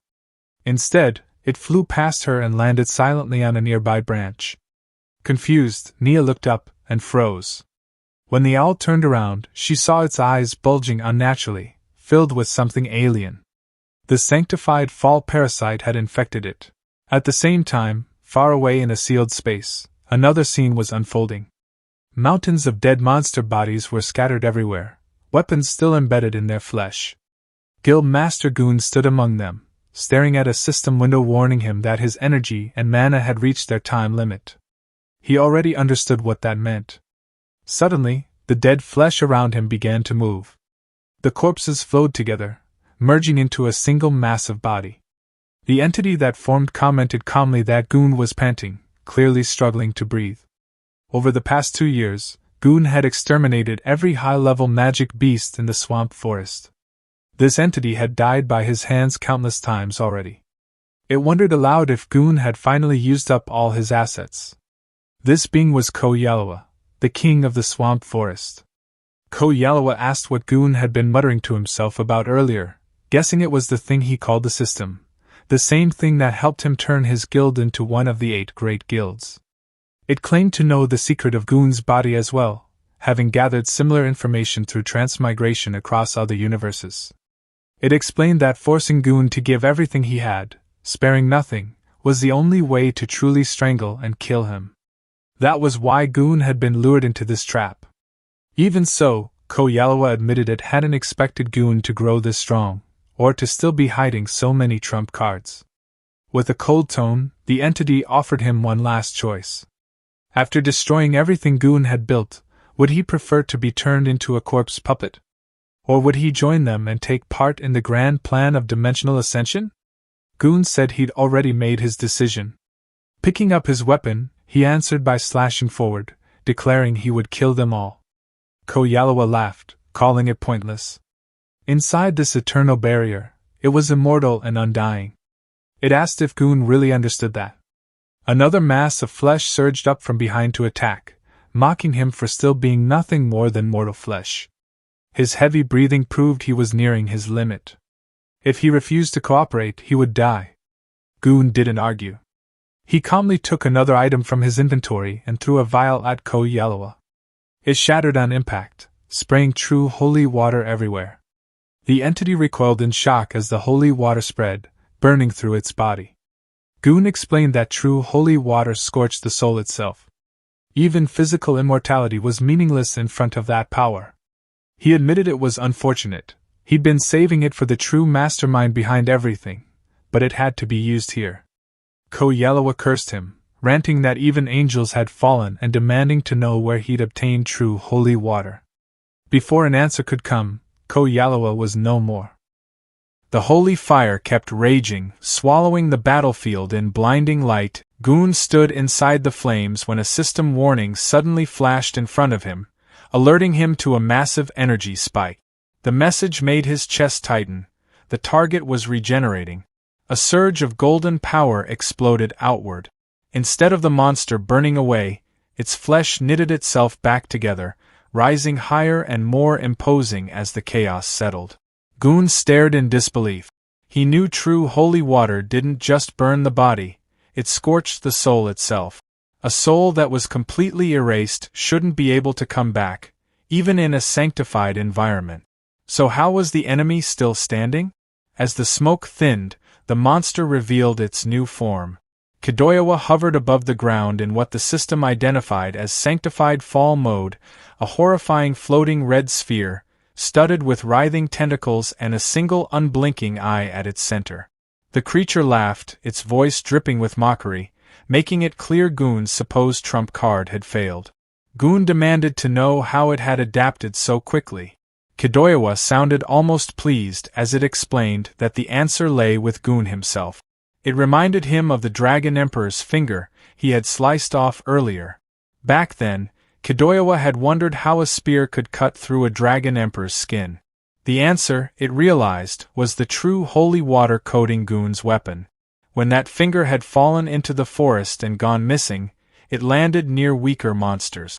That triggered an invisibility-type attribute, allowing the fragment to be located and reclaimed. By absorbing the finger, Kodoyawa learned the secret of the holy water. Since Goon had only used a thin layer on his blade, the monster was able to adapt to the holy energy lingering in the severed limb and gain immunity. Declaring that Goon had exhausted all his options, Kodoyawa calmly ordered him to die. The ground responded instantly. It rumbled and split apart as enormous stone hands erupted from the earth, towering over Goon. One slammed down, aiming to crush him flat. Then another. And another. The attack turned into a brutal barrage as countless hands smashed the ground over and over again, burying him under sheer force. The assault ended with a spell, abyss magic, earth burial, leaving a massive crater beneath the floating monster. Buried deep under the earth, Goon felt crushing pressure from all sides. His spear reacted on its own. The tip glowed as a green magic circle appeared, activating 20 layers of elemental runestone effects. Earth attribute absorption kicked in, neutralizing the weight and magic pressing down on him. The moment the pressure vanished, Goon exploded out of the rubble, launching himself skyward with his weapon blazing. He charged straight at the floating red sphere, activating his spear art, the technique meant to pierce all things. Kodoyawa sneered, pointing out that Goon's equipment had limit. It asked how long he thought he could keep struggling before unleashing necrotic shriek. The air screamed as thousands of red energy beams poured down like a storm. Goon met the attack head-on, his blue aura colliding violently with the flood of necrotic magic. System warnings stacked rapidly in his vision. His weapon's durability was nearly depleted. His magic resistance had dropped below 20%. His body was exhausted. Blood dripped from his mouth, but Goon ignored every warning. He pushed himself further, preparing a high-tier martial art, the 1-inch punch, spiral force. The system urgently warned that using it in his condition would cause irreversible damage. Goon dismissed the risk. To him, the cost no longer mattered. He poured every last bit of energy into the spiral attack. The strain was too much for his gear. The spear's tip shattered mid-strike. Even so, the spiraling force surged forward on its own, slamming into Kadoyawa's center.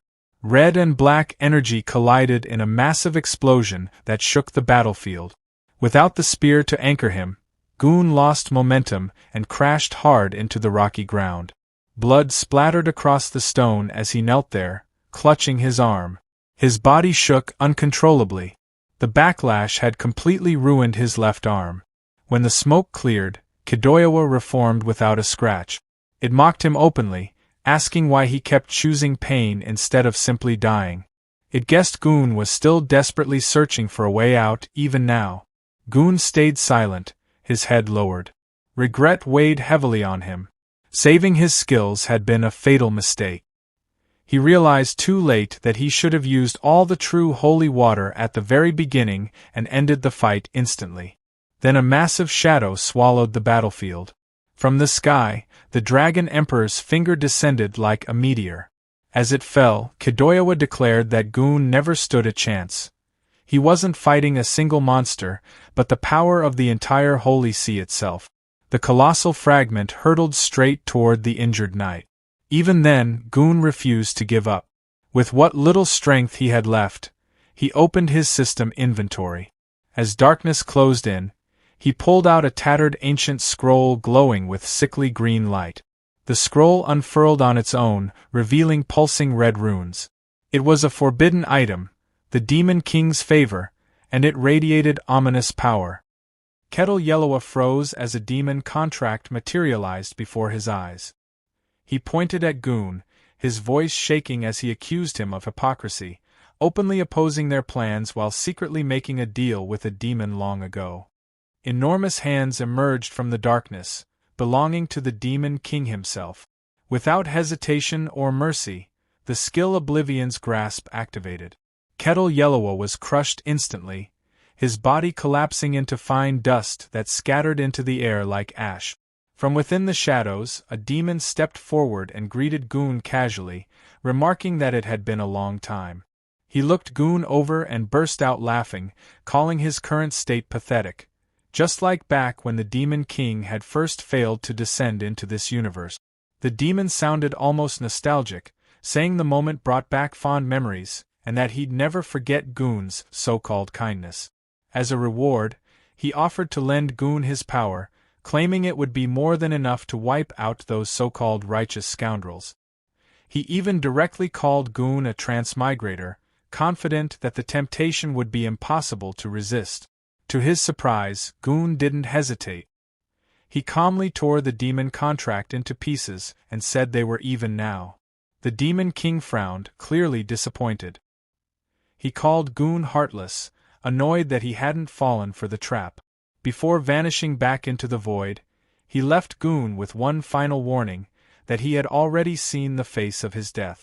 Once the demon disappeared, the swamp fell silent again. Goon opened his system interface and winced. His HP was nearly gone, and his mana was completely empty. The system warned him that the monolone skill was still draining HP to repay its debt and urged him to replenish immediately. He didn't have the strength to respond. Goon sank down onto the ground, exhausted. He wondered if the summoning of the Hope coordinate had worked and asked the system to establish a connection. The answer came back quickly. Connection failed. At the same time, a yellow system message appeared from Slimy. Decomposition had failed because the target wasn't organic matter. Slimy stared at Carter's body, now fully turned to stone. He shrugged it off, hopped down from the statue, and picked up Carter's mace. Since Carter clearly didn't need it anymore, Slimy figured it was fair game. Getting no response, He took the silence as permission and happily bounced away with his new equipment. As he moved through the forest, Slimy thought that if he helped the humans when they were in trouble, maybe they'd let him tag along back to their towns. But then he ran straight into a massive ice wall, one Cole had created earlier. Slimy immediately recognized it as magic. A mage had made this, no doubt about it, which meant the group had to be close. He wondered if they'd already taken down the snake bird. Maybe there was loot left behind. Still, he wasn't stupid. His own survival came first. Instead of rushing in, he decided to scout things out. Activating his search skill, Slimy carefully stretched his tendrils upward. The moment they peeked over the ice wall, his whole body went rigid. The snake bird was still alive. Worse, it was holding Cole. Cole's body was burned beyond recognition, his skin completely gone as if it had been peeled away by fire. Slimy didn't even have time to react before the snake bird casually opened its beak and swallowed Cole whole, like it was nothing more than another meal. That was enough. Slimy didn't hesitate. He turned and bolted. As Slimy ran, one terrifying thought kept repeating in his mind. If Cole was dead, then what about the last girl? Had she already been killed too? Elsewhere in the forest, Sanctified Fall, now fully possessing the owl Myo, dove from above with lethal speed, targeting Nia. Nia reacted instantly, warning little Steelback that Myo was no longer an ally. Her voice was calm but firm as she ordered a counterattack. Steelback responded at once, activating Spiny Back. Its fur stiffened and extended outward like rows of sharp nails, bracing for impact. But Myo was ready. As the owl charged, its beak began to glow. Iron Beak Gale activated, its neck stretching unnaturally as slicing force exploded outward in every direction. Trees were shredded in an instant. Trunks split apart, branches collapsed, and the forest itself seemed to be carved open. The sheer force drove Nia and Steelback backward as the attack tore through everything nearby, sending countless trees crashing to the ground. When the destruction finally settled, the forest lay in ruins. And yet, Nia was untouched. She sat calmly among the fallen trees. She sat on the ground amid the ruins, her body trembling. Panic crept into her voice as she cried out for help, her eyes darting across the devastation. She couldn't understand how Myo had ended up like this, how things had spiraled so badly. A harsh, strained grunting sound broke through the silence. Nia turned her head and spotted a spiky-haired boar pinned beneath a massive fallen log. It was Steelback. Forcing herself to stay calm, she called out to him, telling him not to be afraid. She explained that she would try to send her magic power into him and fix this somehow. The boar could only answer with weak, pained grunts. Above them, perched on a tree branch, Myo watched. 3 ghostly heads shaking, glowing faintly as its wings remained half spread. Without warning, the owl creature launched itself forward, wings fully spread as it attacked. Nia barely had time to react. She shrank back against the ground, raising her arms over her face, bracing herself for the impact she was sure was coming. At that exact moment, a skill activated. Mind control. The owl froze mid-motion. Its body stiffened, its expression twisting as its eyes flared with an unnatural glow. Suddenly, the world around Nia dissolved. She found herself floating in a dark, dreamlike space. Almost immediately, she understood where she was. This was Myo's mental world, just as the pet contract allowed. A faint sensation tugged at her awareness. She turned and noticed a distant light ahead. As she focused on it, the shape sharpened. A radiant, angel-like figure hovered in the distance, shining brilliantly, with the owl creature lingering nearby. When Nia finally faced the figure directly, its overwhelming glow flooded her vision, leaving her unable to look away. Nia stood in the strange, glowing mental world, staring up at the radiant figure hovering above her. She quickly realized who it was and wondered why Lord Angel was inside Myo's mind at all. Lord Angel looked down at her calmly and told her to come closer, the voice steady and commanding. Then, without warning, the left side of that serene face twisted, shifting into something red and monstrous. The gentle presence vanished in an instant. Back in her physical body, Nia screamed, panic taking over as she begged desperately for someone, anyone, to save her. Nearby, Steelback trembled under the log, letting out a weak, pained sound as if sensing her terror. At the same moment, the owl creature, its eyes glowing wildly, lunged straight toward Nia. Before it could reach her, a spiked club crashed down onto the owl's head midair. The impact was brutal, sending the creature flying backward and clearing it from the fight in an instant. Nia remained collapsed on the ground, eyes squeezed shut, completely unaware of what had just saved her. When Nia finally opened her eyes, she froze. Right in front of her, it was Captain Hawk's slime meteor hammer. Slimy swung the massive flail with growing confidence, convinced its control over its own body had finally reached perfection. In its mind, a stone was no different from a bullet, and the flail itself was basically a cannon. That confidence lasted exactly one swing too long. The weapon came down with a loud crack, straight onto Steelback's head. Slimy froze. A bead of cold sweat formed as it realized what it had just done. Awkwardly, it pulled the flail back, its body squirming as the weapon dissolved and melted back into its form. Steelback shook his head and let out a low grunt, looking more annoyed than injured. Nia slowly pushed herself upright and turned toward Slimy. Relief flooded her face as she thanked it for saving them. She gently lifted Slimy into her hands and held it close. Tears welled up in her eyes as she spoke softly, saying it felt strangely familiar. Like, deep down, she already knew exactly who it was. The slime went completely still, its round body stiffening in pure shock. Inside its head, it instantly rejected the idea. That couldn't be true. It was just a slime. Nothing more, nothing special. Nia didn't see it that way at all. Tears poured down her face as she hugged the slime tightly and pressed it to her cheek.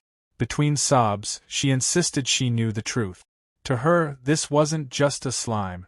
It was Captain Hawk, reborn and returned at the exact moment she needed saving. Behind her, Steelback stood frozen, staring at the scene in disbelief. The boar let out a quiet, breathy huff, clearly struggling to wrap his head around what he was witnessing. From the nearby shadows, a pair of bird-like legs slowly emerged. A moment later, the wounded owl creature dragged itself out from behind a fallen log. Even in its battered state, it let out a sharp, furious screech. Nia stiffened, still clutching the slime, and quickly looked back at Steelback. She asked if he could still fight after receiving her magic. He answered immediately, making it clear he was ready. The slime didn't hesitate.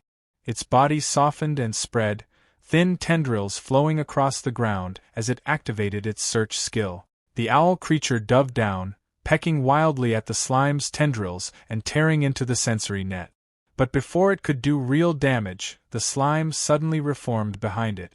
A solid club slammed straight into the owl's rear.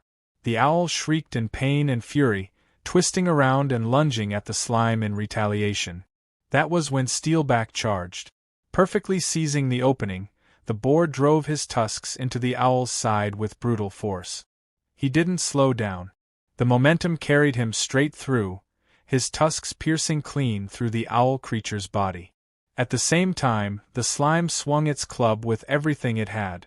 The name of the attack rang out clearly: plasmatic cannon. The impact was violent. The club, hurled by the force of the blast, shot past the remains and buried itself deep into a nearby tree. The slime's arm trembled as it reached out and tried to pull the weapon free. As it struggled, a single thought crossed its mind: it had definitely used way too much force this time. Nia stood quietly, watching as the slime finally pulled its weapon free from the tree. As the moment lingered, her thoughts drifted back to Myo, the worry she had carried bubbling up again. She crouched down, studying the slime more closely. Then it clicked. This was the same tiny creature she had met by the campfire earlier that night. The more she thought about it, the more certain she became. It was also the same presence she had sensed earlier through Myo's reconnaissance. Slowly, Nia reached out and lifted the slime gently. Half joking, half serious, she asked if it had been following her all this time out of some special fondness. Cradled in her hands, the slime stiffened in surprise. A single thought flashed through its mind: could this finally be it? A golden magic circle appeared on the ground beneath them, glowing softly, the words, "Pet Pact," shimmering within it. Nia looked directly at the slime and asked if it was willing to form a pact with her.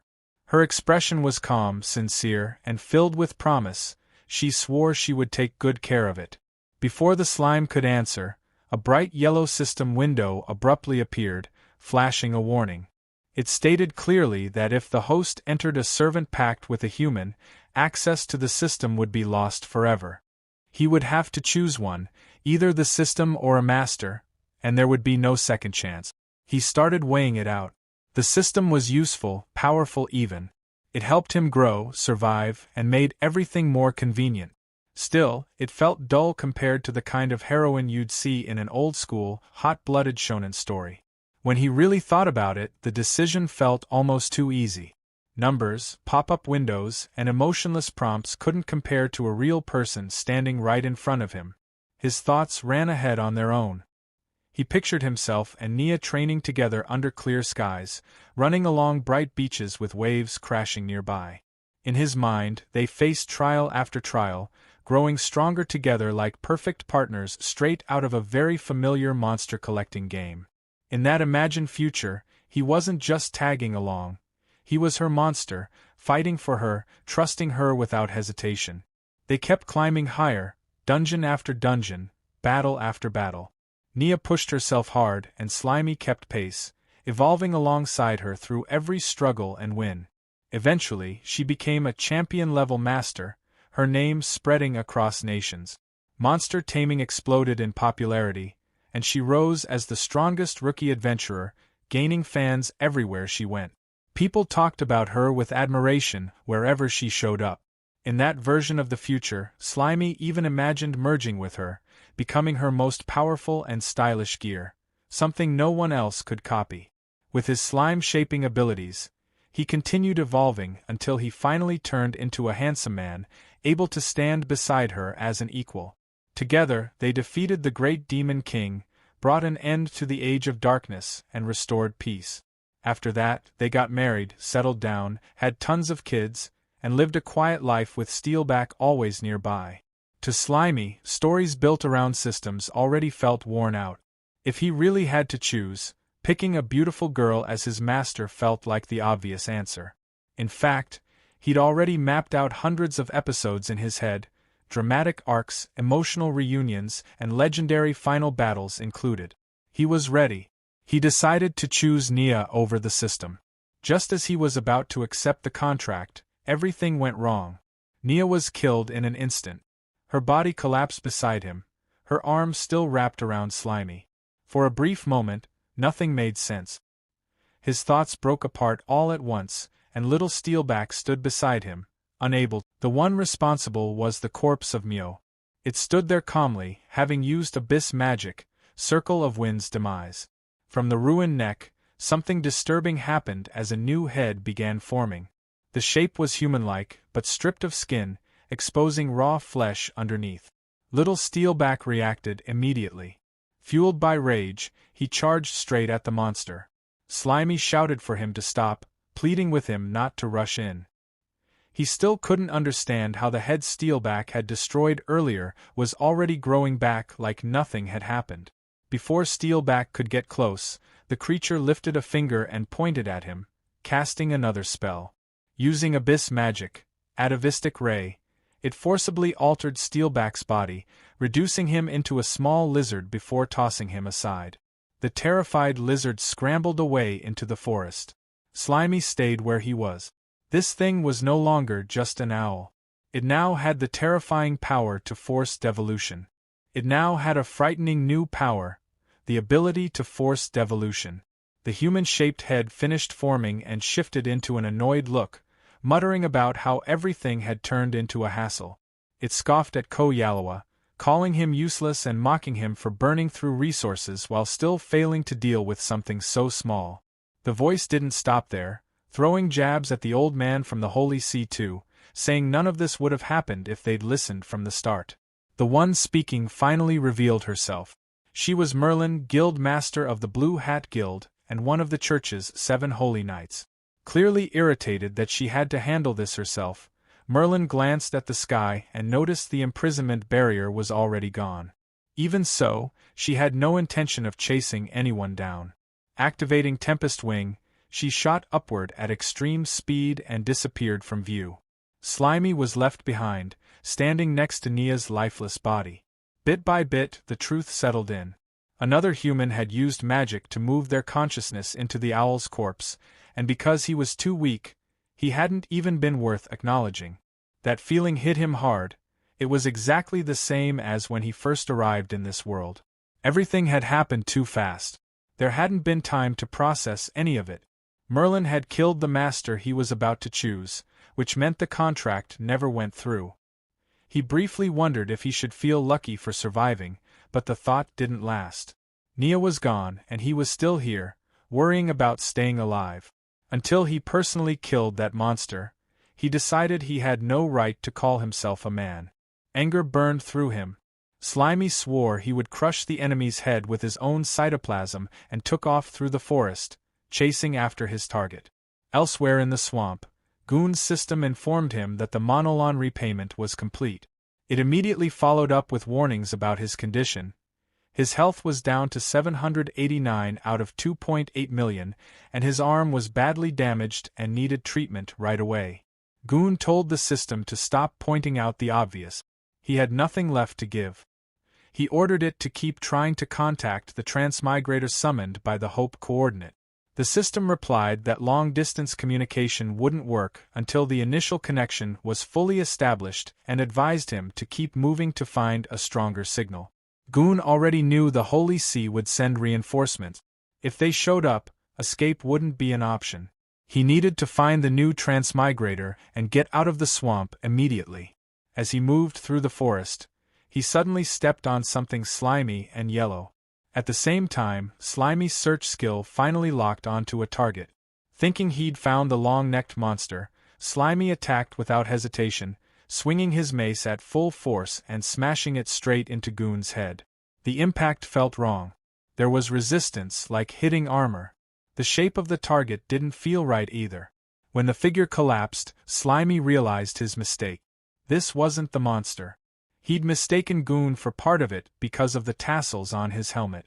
Slimy apologized quickly, blaming the poor lighting and grumbling about how the flashy helmet made things hard to see. Before he could explain any further, Goon grabbed him.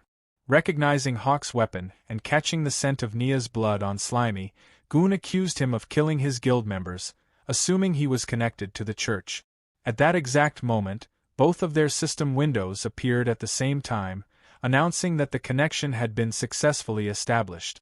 Goon immediately understood that Slimy was a transmigrator, and as Slimy stared at Goon's system window, he finally realized he wasn't the only transmigrator in this world. Goon stops mid-action, staring at the screens in shock. He asks if Slimy also has a system, quickly realizing this creature is a transmigrator. Slimy is just as stunned, learning that Goon is also from another world. Goon explains that in his fight against the church, he activated a noble phantasm called Hope Coordinate to summon an ally. Slimy now understands that his arrival wasn't random at all. Goon admits he was too weak to save Nia even after meeting the guild and asks Slimy if he's willing to help.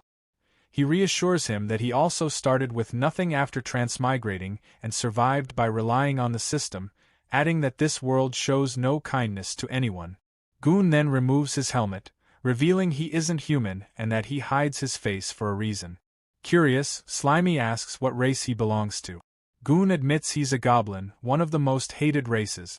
Expecting something completely different, Slimy comments that he'd rather remain a cute slime than look like an ugly green monster. Goon reveals his face instead, refined and elf-like.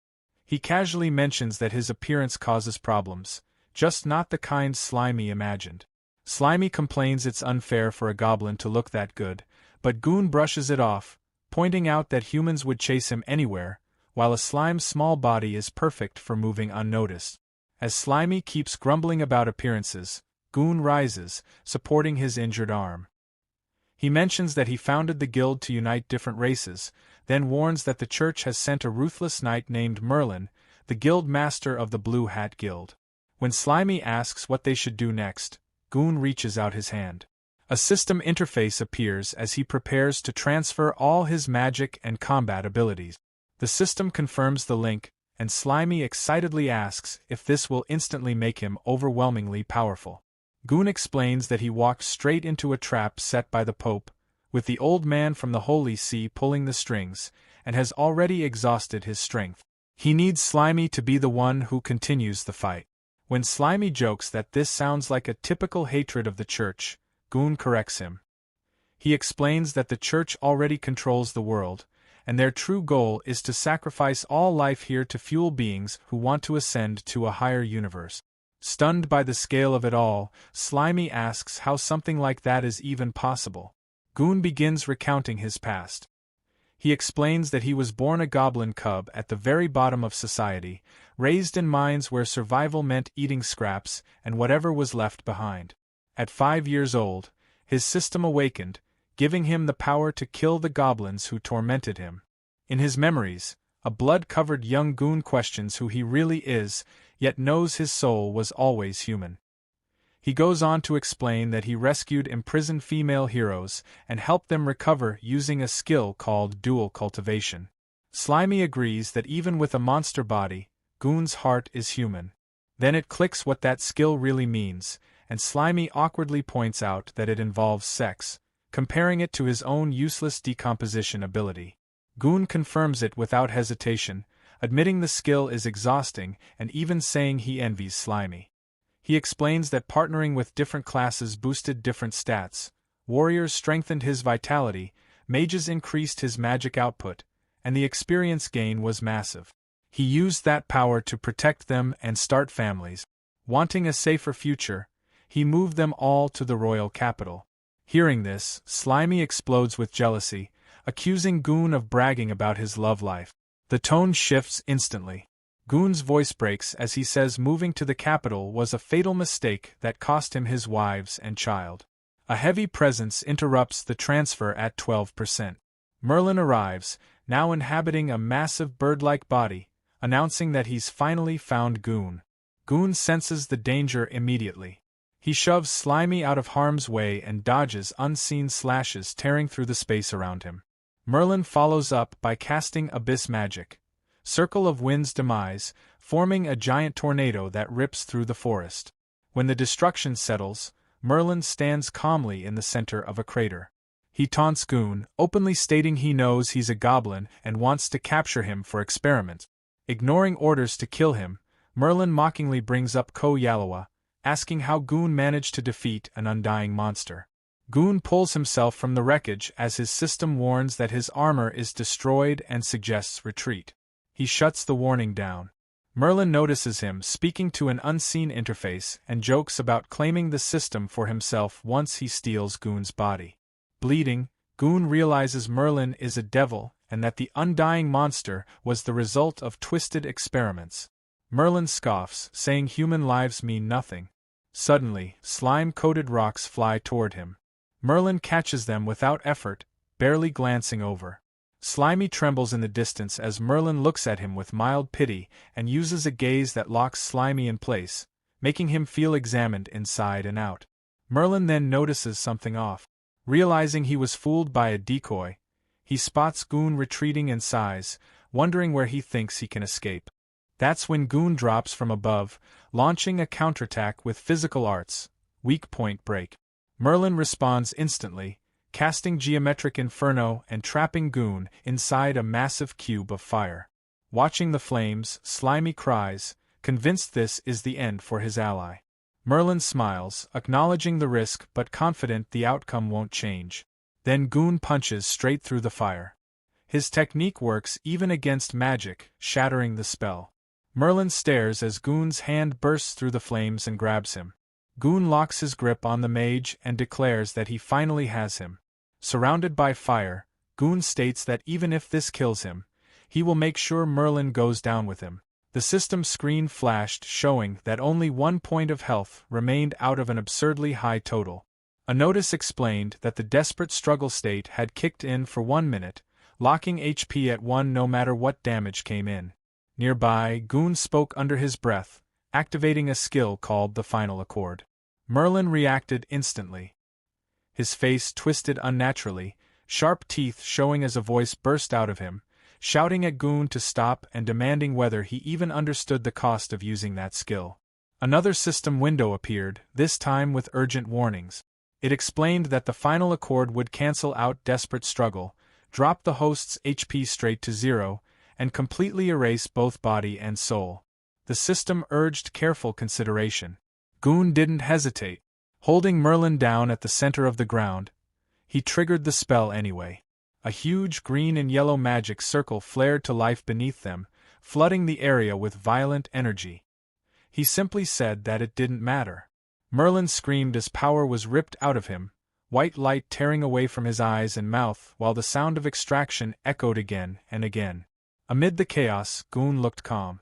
Surrounded by swirling energy, he sent a final system message to Slimy. He apologized, explaining that this was the only way left to get rid of Merlin.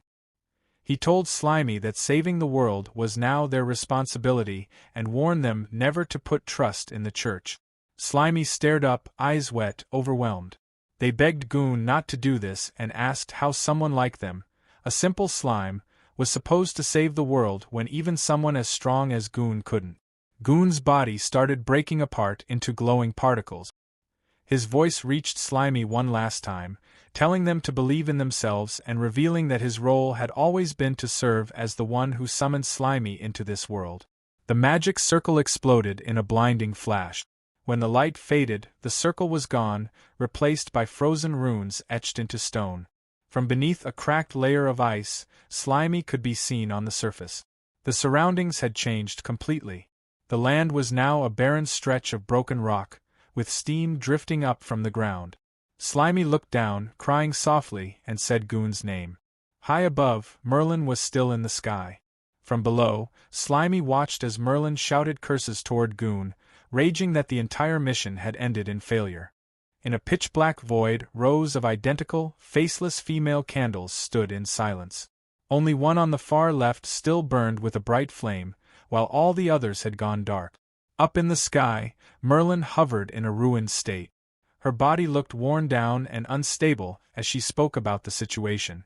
She said that 5 life candles, which were meant to link her to the chaotic universe, had already gone out. She added bitterly that the only vessel left for her descent had been the remains of a weak, fallen holy monster. Before she could go on, a massive jet of yellow slime shot upward and smacked straight into her face. Slimy pulled back, spitting and staring her down. A system notice popped up showing HP -50.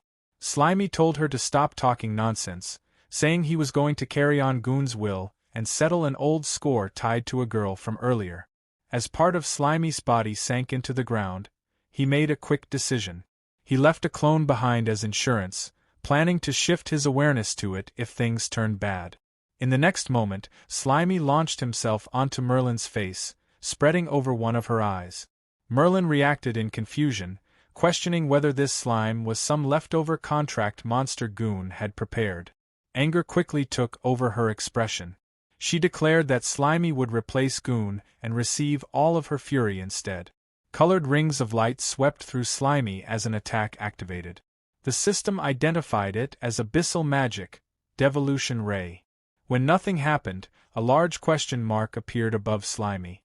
Merlin stared at the result and demanded to know why there was no effect. Internally, she considered that her heavily damaged soul might have weakened her magic far more than expected. Energy whipped violently around her as she shouted that this couldn't be forgiven. She claimed that as the kingdom's strongest magician, there was no way she should struggle against a single low-level monster. In her outburst, a small chunk of Slimy was thrown aside. Slimy spread countless slimy tendrils outward, quietly searching for the right skill. He judged that Goon had already left Merlin barely holding on, and more importantly, she had no idea about his hidden option. Slimy decided to take advantage of that gap and strike without warning. Out of nowhere, a snake-like bird slammed into Merlin, sending her flying backward. She crashed hard against an unseen surface, her body bursting apart on impact as blood scattered through the air. Merlin's damaged body, followed by her battered and bleeding face. She spat out curses, muttering about what kind of thing she was dealing with now. She swore that if she ever made it back to the church and had time to recover, she would turn the entire swamp forest into nothing but ruins.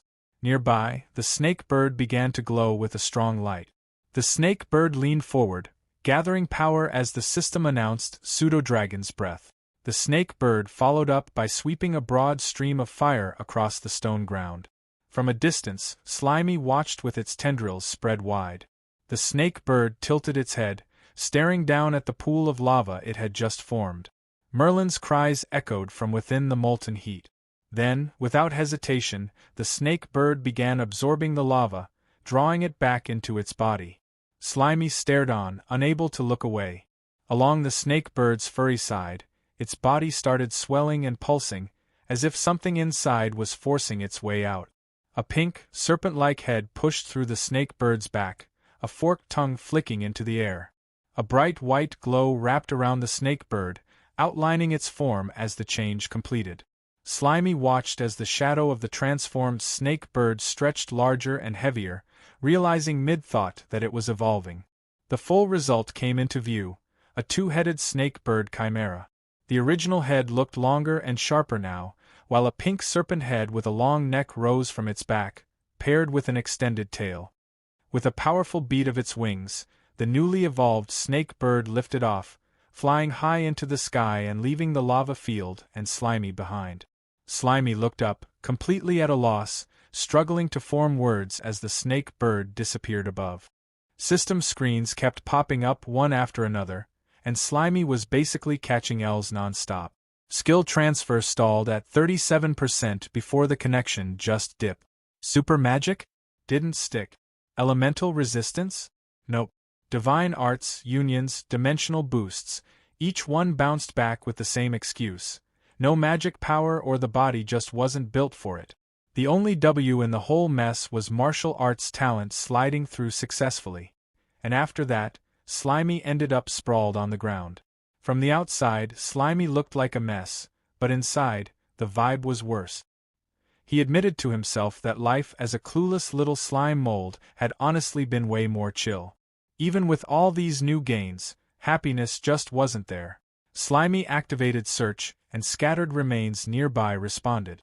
Pieces of Goon's body started pulling together bit by bit, drawn in under Slimy's tentacles. New notifications rolled in. Forging skill unlocked. Medical knowledge unlocked. Cooking skill unlocked. The encyclopedia and map atlas partially filled in. That helped. A little. Slimy started shaping himself into something more human. It took effort, but once the form held, his mindset shifted. He reminded himself that slacking off wasn't an option. He told himself he had to carry on Brother Goon's legacy, because if the church really went through with sacrificing the world, nobody was making it out. He kept reinforcing the shape, filling it in, sticking everything together. The result wasn't perfect, but it was close enough. Slimy figured that even without a real body, controlling it like this should work. Then he tried moving.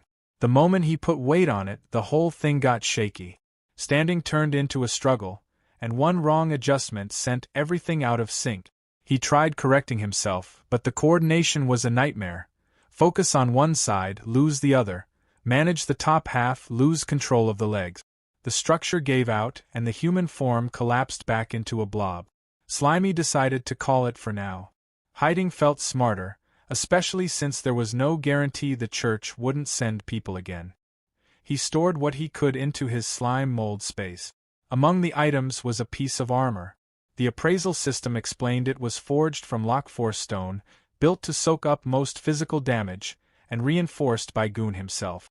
Later, Slimy slid through the forest as a blob, processing everything that had gone down in a single night.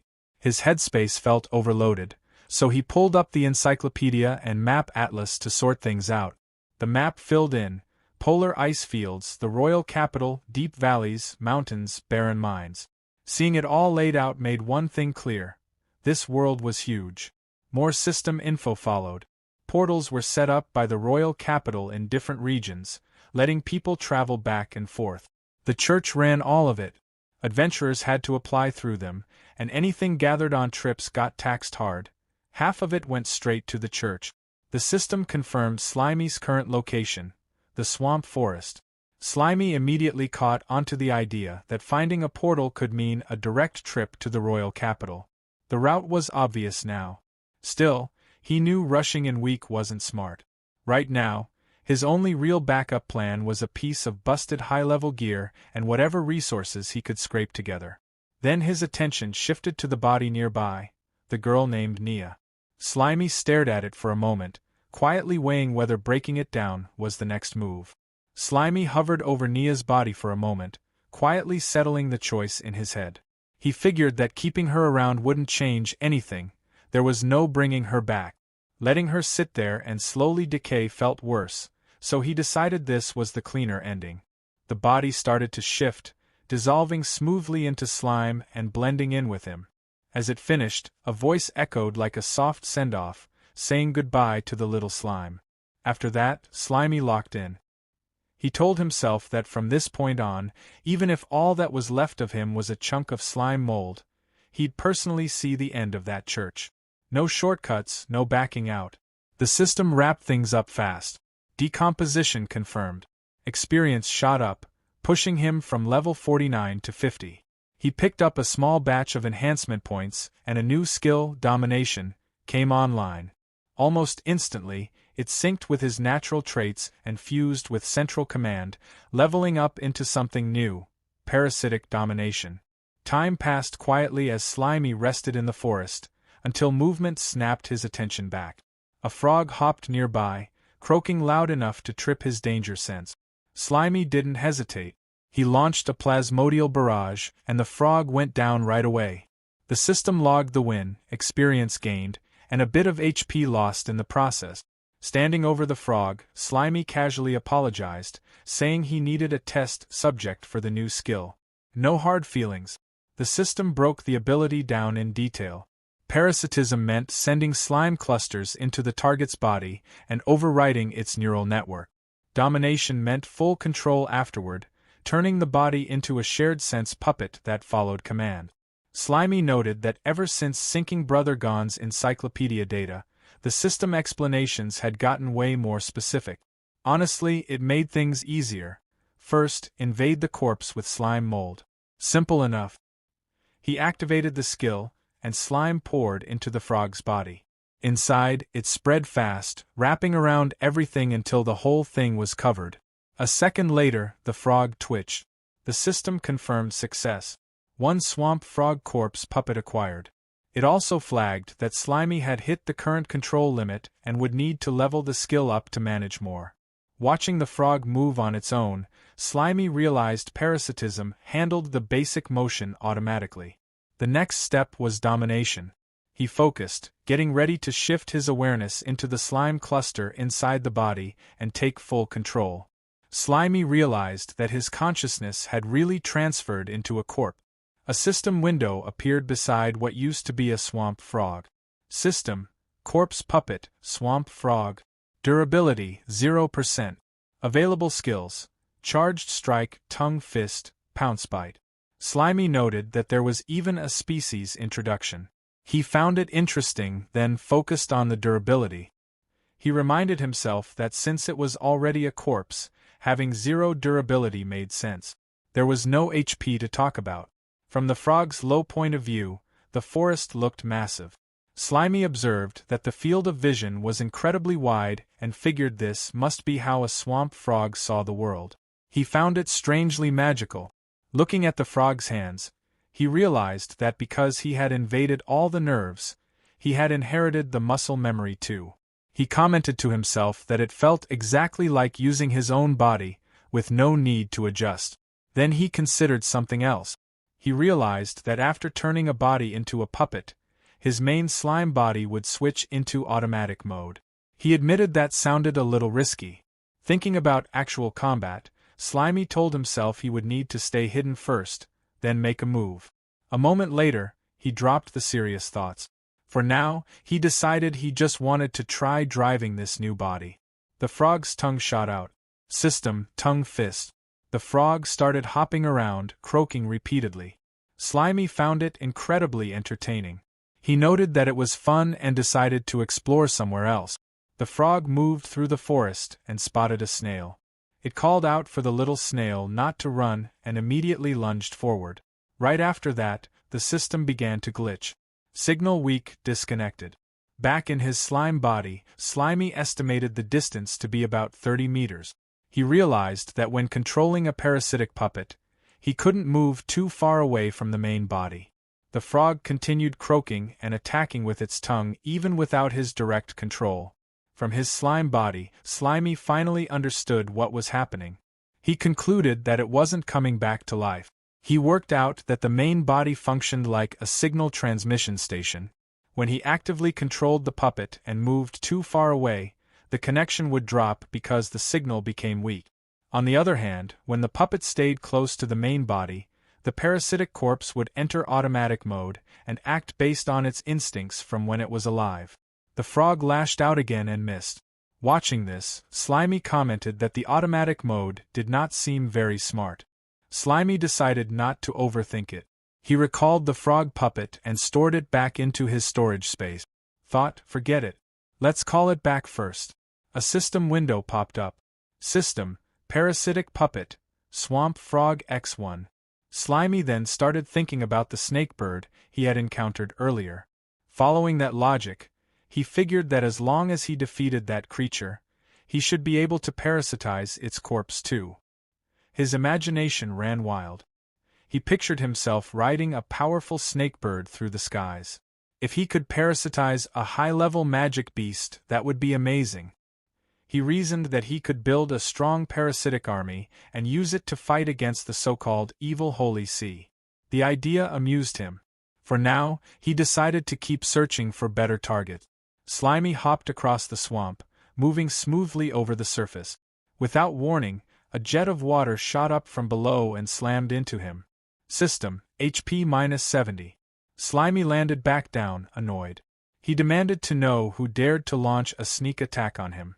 A strange creature surfaced nearby.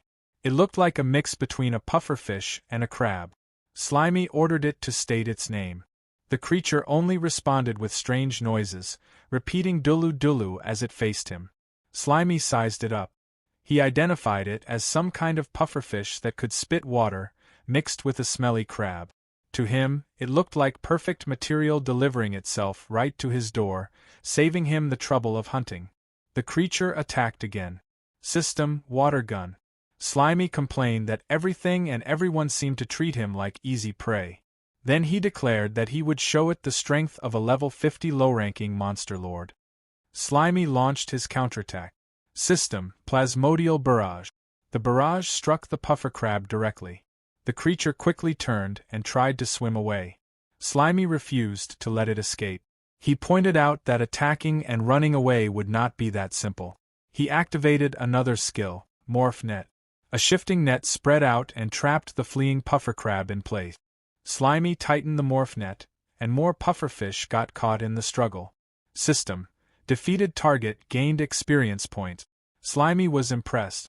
He noted that there were way more of them than he expected. When he checked his interface, a new icon appeared. System, Parasitic Puppet, Pufferfish X1. Another window opened.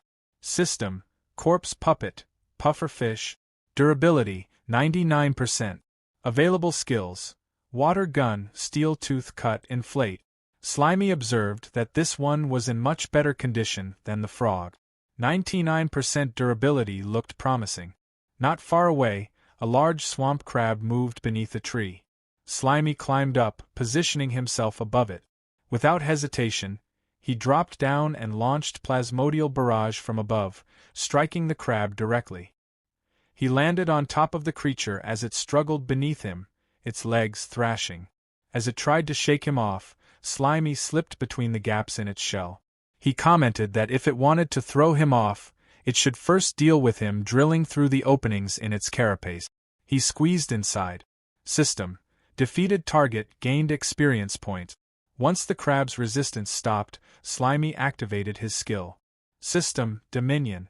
The takeover completed smoothly. A new icon appeared. System: Parasitic Puppet, Swamp Crab X1. Another status window opened. Corpse Puppet, Swamp Crab. Durability: 99%.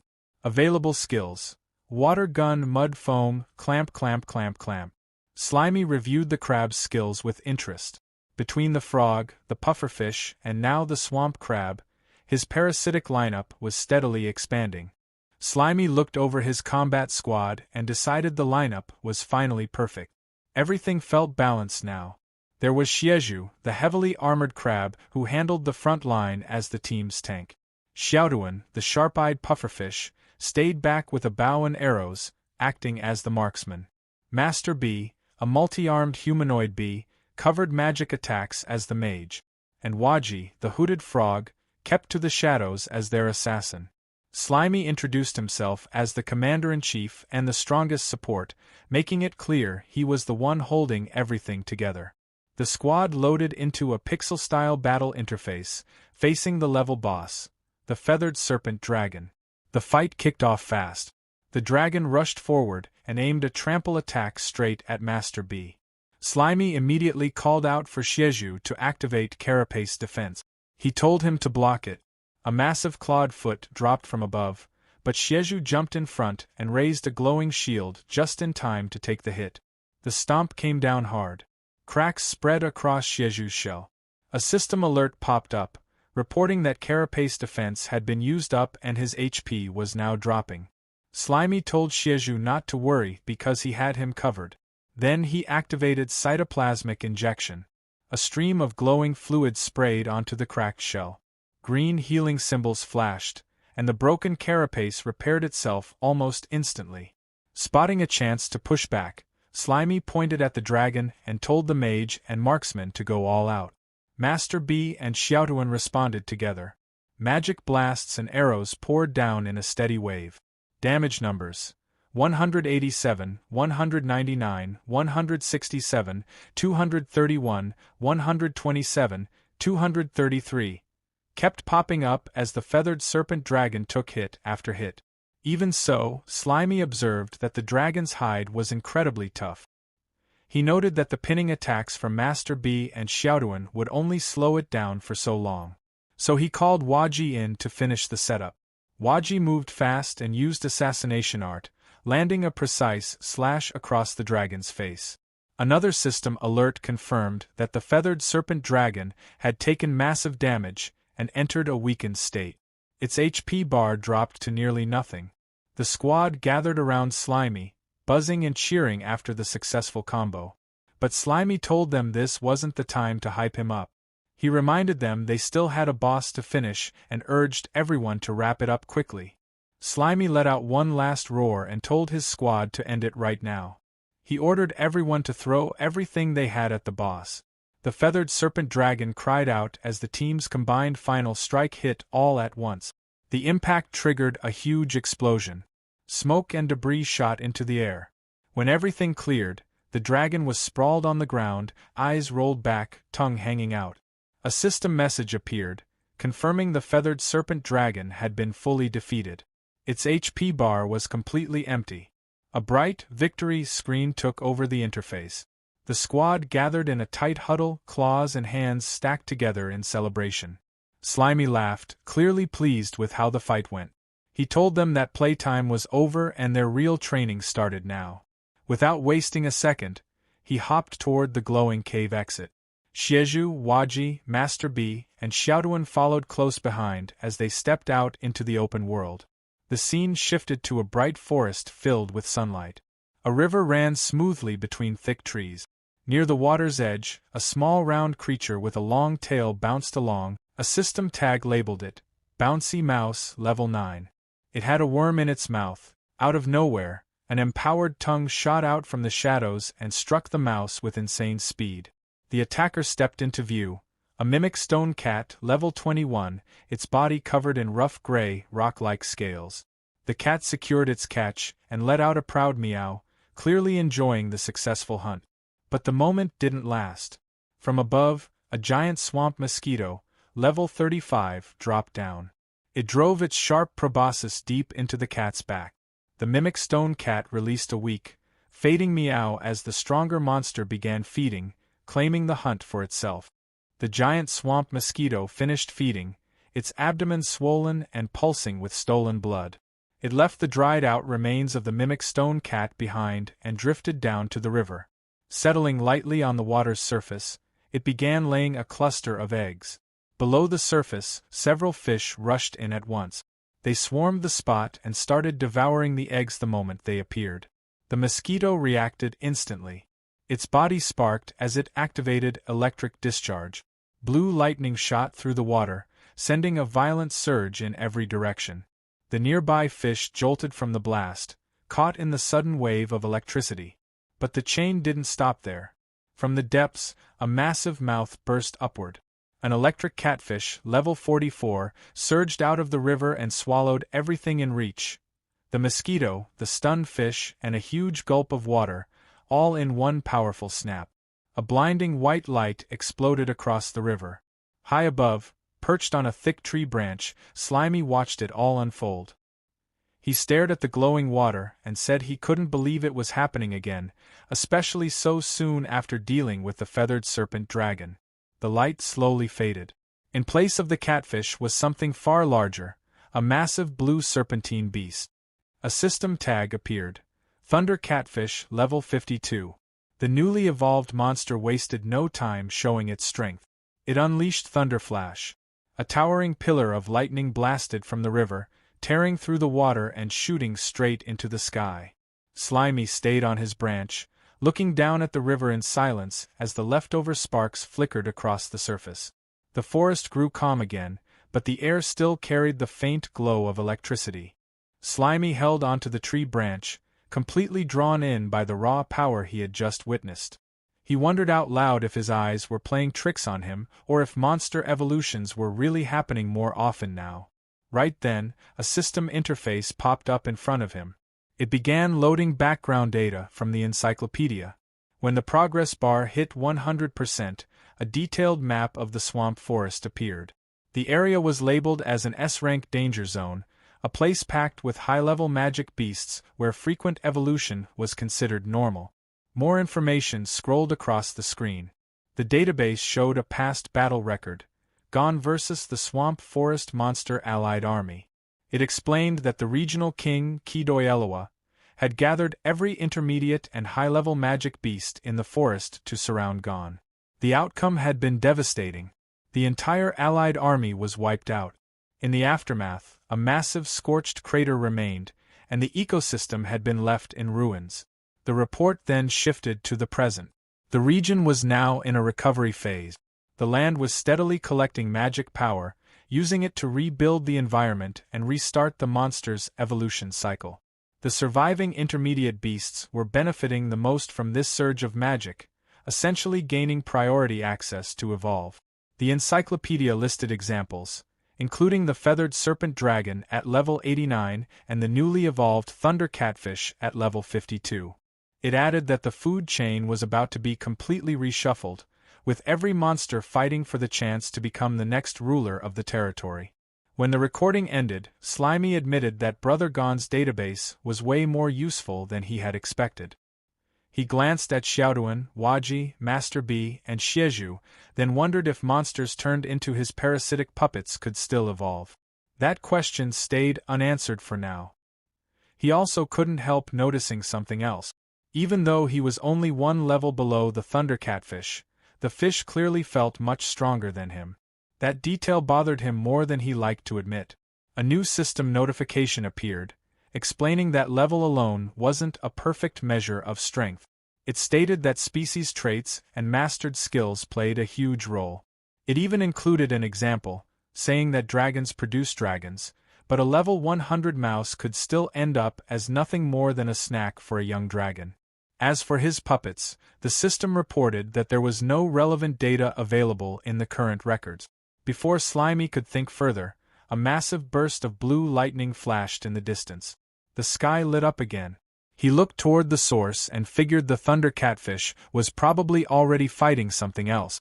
Without hesitating, Slimy decided he needed to see it for himself and prepared to head in that direction. Slimy drifted closer to the crackling bursts of electricity. The yellow slime watched bright arcs flash through the air nearby. Stuck right in the middle of all that energy, he just stared and blurted out that this was insane. In the clearing ahead, a brutal fight was already reaching its end. A blue electrical catfish had wrapped its long body around a massive beast. A system tag popped up, labeling the target as a level 60 swamp crocodile. The crocodile let out a painful roar as waves of blue lightning ran through its body. Its eyes widened while the current surged again and again. Blood splashed across the muddy ground, then everything went quiet. From a tree branch nearby, Slimy watched both monsters collapse. He stared at the scene and wondered if luck had just delivered a huge reward right in front of him. Without waiting any longer, he jumped down from the branch and landed in the swamp water beside the bodies with a splash. Standing next to the remains, Slimy looked them over. One corpse had already started rotting, while the other looked badly burned. He figured parasitizing them probably wouldn't work in that condition. Still, he reached out to touch the remains. The moment his body made contact, leftover electricity surged through him. A sharp zap ran across his slime body, and damage numbers of -10 started appearing again and again. Slimy shook wildly from the current while shouting that there was still way too much electricity left in that thing. While enduring the constant shocks, he remembered the huge amount of honey he had eaten earlier, 115 portions in total. Right then, a system window flickered into view, announcing a state called nutritional overload. His HP display looked ridiculous, 50,000/3,909, with 1 hour remaining. Seeing the opportunity, Slimy decided to take advantage of it. His golden slime body expanded outward, spreading across the swampy ground. The liquid mass flowed over the fallen monsters and completely covered the level 60 swamp crocodile. Above the golden blob, a single word appeared. Decompose. System notifications started pouring in. Messages listed experience points gained from breaking down the body. Another alert appeared, announcing a newly acquired skill. Lightning attribute resistance. Inside Slimy's golden body, the crocodile's flesh quickly vanished until only a clean skeleton remained. Slimy commented that this actually felt pretty nice. Soon after, another system alert appeared, confirming that his experience had reached the requirement for a level up. Feeling the boost from the overload state, Slimy decided there was no reason to slow down. With so much time left, he planned to eat as much as possible. The massive golden blob surged forward into the swamp forest. Slimy moved across the land like a rolling wave, knocking down trees and pushing through the thick swamp. His body kept growing larger and larger, spreading across the terrain while swallowing every creature and plant in his path. He mentioned how fun this rampage felt as his experience points shot higher and higher. System notifications kept scrolling non-stop, each one reporting more experience gained through decomposition while Slimy continued devouring everything around him. Slimy looked out across the swampy landscape. As he scanned the area, his single eye grew wide after spotting something interesting. On the far side of the water, a huge mangrove forest stretched across the distance. The trees there looked far thicker and greener than the area he had been roaming. He started wondering if stronger monsters might live in a place like that. After staring at the distant forest for a moment, he decided he might as well go check it out. With a heavy splash, Slimy jumped straight into the water. The moment he sank beneath the surface, a swarm of red-scaled fish rushed toward him from every direction. The creatures immediately started biting into his golden slime body. Slimy looked irritated as damage numbers started popping up one after another. -40, -37. System alerts quickly followed, warning that he was under a massive attack, and that his total HP loss had already passed 1,000. Slimy complained that these tiny fish actually had the nerve to attack him. He decided he might as well eat them to recover some HP. His slime body stretched outward and began absorbing the piranhas. Numbers for recovery appeared right away. +80, +60, +40. More system messages popped up, confirming that monsters had been killed and that he gained experience points through decomposition. But after a short moment, Slimy noticed something annoying. Eating one fish gave him around 80 HP, but the rest of the swarm was chewing away much more than that. The attacks from the others were draining close to 100 HP at the same time. He quickly concluded that this trade was terrible. Meanwhile, the swarm only kept growing. A massive school of piranhas surrounded him, turning the water into a dark moving cloud. System warnings intensified, stating that he was being attacked by a large number of monsters. His total HP loss kept rising. Still underwater, Slimy commented that there were way too many of them. Moving around in the water felt slow, which made it hard for him to react properly. Even though the fish were all below level 20, they were still chewing away far more HP than he could recover. Right then, another system interface appeared to explain the situation. It stated that level was mainly a vertical reference for strength and couldn't always show the real gap between different species. The system also explained that monsters acting as a group could become far more dangerous. Finally, it added that the Devourer's benefit, which made his body gigantic, also made him an easy target in situations like this. Slimy complained that this was not the right time for system explanations. At this rate, he figured he might actually get wiped out. As the piranhas closed in again, Slimy quickly activated one of his skills. Plasmodial Barrage.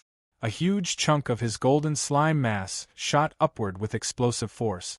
The move cost him a massive 20,000 HP, but the recoil launched his body out of the water like a cannon blast. Moments later, Slimy crashed onto the grassy shore of the mangrove forest. He stayed there for a while, letting his body recover after that chaotic escape. Slimy sat on the grassy bank and looked back toward the water. Out there, a huge whirlpool of piranhas was still spinning around like a living storm. Watching the swarm, he started thinking about his honey supply. He wondered if eating more honey would let him turn giant again. The system answered right away with a short confirmation. It explained that he could, but the timer wouldn't reset. A digital countdown appeared in front of him. Current remaining time, 19 minutes and 29 seconds. Slimy accepted the condition without hesitation. Soon after, the rampage started again. His golden body expanded back into a massive sphere and began rolling through the mangrove forest. Trees snapped, bushes vanished, and rocks were pushed aside as the giant slime carved a wide path through the greenery. System notifications kept scrolling non-stop, reporting experience points gained from decomposition while Slimy flattened everything in his way. After a long stretch of destruction, the giant slime finally stopped. His huge body was now covered with uprooted trees, mud, and chunks of rock. Looking around, Slimy noticed something interesting. Even though the land he rolled over was cleared out, the plants nearby were already growing back at an incredible speed. He figured the Earth's magical energy must be feeding the land and helping everything grow that fast. Then his thoughts drifted toward a bigger idea. Slimy started thinking that overthrowing the church might not actually be that difficult. He knew his slime mold body didn't have dragon breath like a giant dragon, and he didn't have sharp claws or fangs like magical beasts. But he believed his real strength was something else, energy. According to him, he had already passed the hardest stage, going from 0 to 1, the beginning step where everything starts. A vision of the future formed in his imagination. His massive slime body appeared on the horizon beneath a glowing infinity symbol. The idea was simple: infinite decomposition, infinite absorption, infinite evolution. Slimy imagined himself devouring non-stop, day and night. If he kept doing that for about a month, he figured the church would eventually face something terrifying, a massive mold army gathering outside their gate. Slimy laughed proudly at the thought. Then a system box suddenly appeared. That won't work. Slimy immediately asked why. The system began loading data before presenting its explanation. It stated that as his level increased, the experience gained from decomposing low-level targets would decrease more and more. A formula appeared on the screen. A equals 0.95 carat delta. Then a table followed.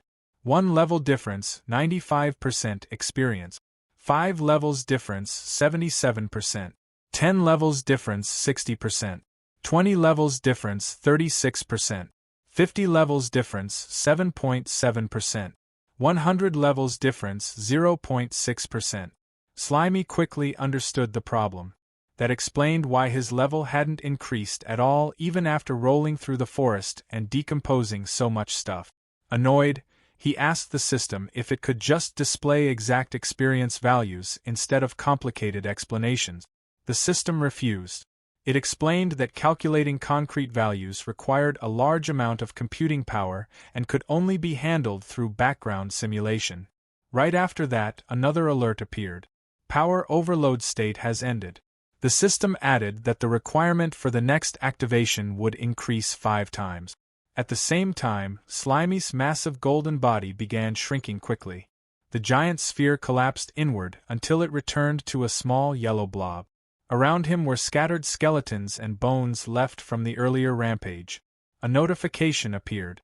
Nutritional excess. Time up. Now back to his normal size, Slimy sat on the ground beside a skeletal hand. He commented that the system definitely seems smarter after the update. Still, he added that the whole AI customer service vibe was seriously irritating. The system calmly repeated its explanation about concrete values requiring too much energy while Slimy stared at the message with clear annoyance. Slimy sat on top of a skeletal hand and told the system to step down already. The system interface responded right away with a casual alrighty. Then the window faded away. Almost immediately, Slimy's body started swelling and shaking. His golden slime form puffed out as if something inside was pushing hard to get out. Through the strain, he muttered that he was full again. A moment later, everything burst out at once. A huge stream of waste shot out of his body.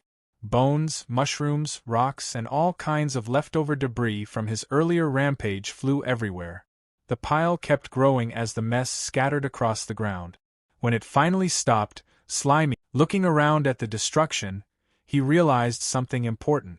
If he wanted to keep leveling up, he would have to find enemies that were actually powerful.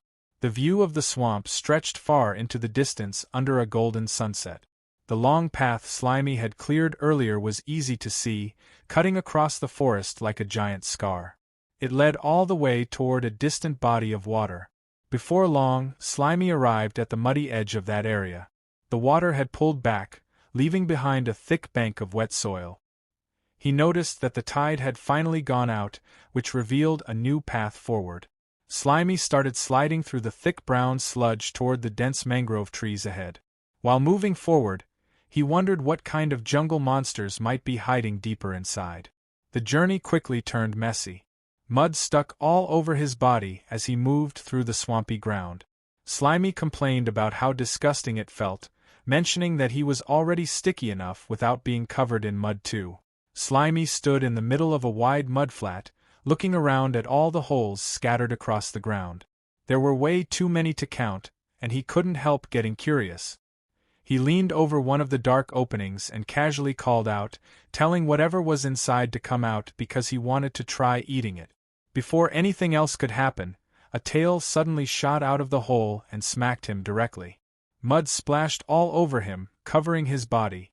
Slimy reacted right away, saying that was seriously not okay, and told the thing inside to just wait. Then he dove straight into the hole without hesitation. Underground, the whole area started shaking as Slimy moved quickly between the tunnels. Mud burst out from different holes across the surface, popping up one after another. A fish-like creature suddenly got launched out of one of the holes and landed hard on the ground nearby. Slimy popped out after it, looking pretty unimpressed. He commented that now that they were on land, there was no reason for him to worry about a fish anymore. Right then, a system interface appeared and identified the creature as a level 17 mudskipper. The mudskipper pushed itself up using its fins, opened its mouth wide, and let out a loud, "Oh-ho!" Slimy stared at it, clearly surprised, wondering how a fish could even make a sound like that. Before he could think more about it, more mudskippers started crawling out of the holes, one after another, until there were dozens of them surrounding him. Slimy looked around and realized this wasn't just one opponent anymore. He pointed out that a whole group like this was way more dangerous than a single level 17. Then he looked at them and asked if they really thought he came alone just because they had numbers. With that, Slimy called out, summoning jutsu, stretching his body as a huge cloud of smoke burst across the area. When the smoke cleared, a giant crab and several other summoned allies appeared beside him. Slimy let out a small laugh, saying to himself that it was actually pretty cool being able to copy moves he'd seen in manga and use them for real. The mud skippers didn't wait around. They immediately used their move, Mudshot, firing a barrage of mud projectiles straight at the giant crab. The hits landed one after another, and the mud quickly hardened, completely covering the crab. The system soon marked it as immobilized. Watching this, Slimy noted that the mud worked like a restraint once it dried, but he didn't seem too concerned since his body was made of cytoplasm anyway. Then things got weird. The mud skippers suddenly stood upright and bent forward all at once, doing a deep, perfectly synchronized bow. Slimy just stared at them, completely caught off guard. His mind wandered as he imagined them as a group of well-dressed men bowing in front of him beside a fancy sports car, asking to follow him as their boss. Slimy snapped himself out of the daydream by smacking his own heads together, telling himself to cut it out. He reminded himself that whenever he got carried away like that, things usually went downhill fast. Not far from him, the mud skippers started tensing up, their bodies tightening like they were putting in a lot of effort.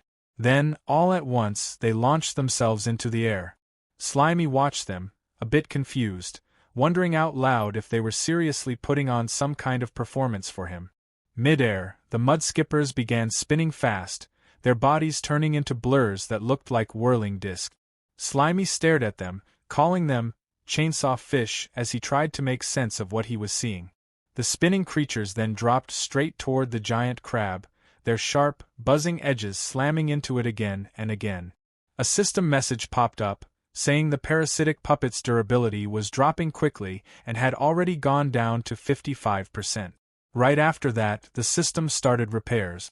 Slimy reacted immediately, using cytoplasmic injection and sacrificing 1000 HP to heal the crab.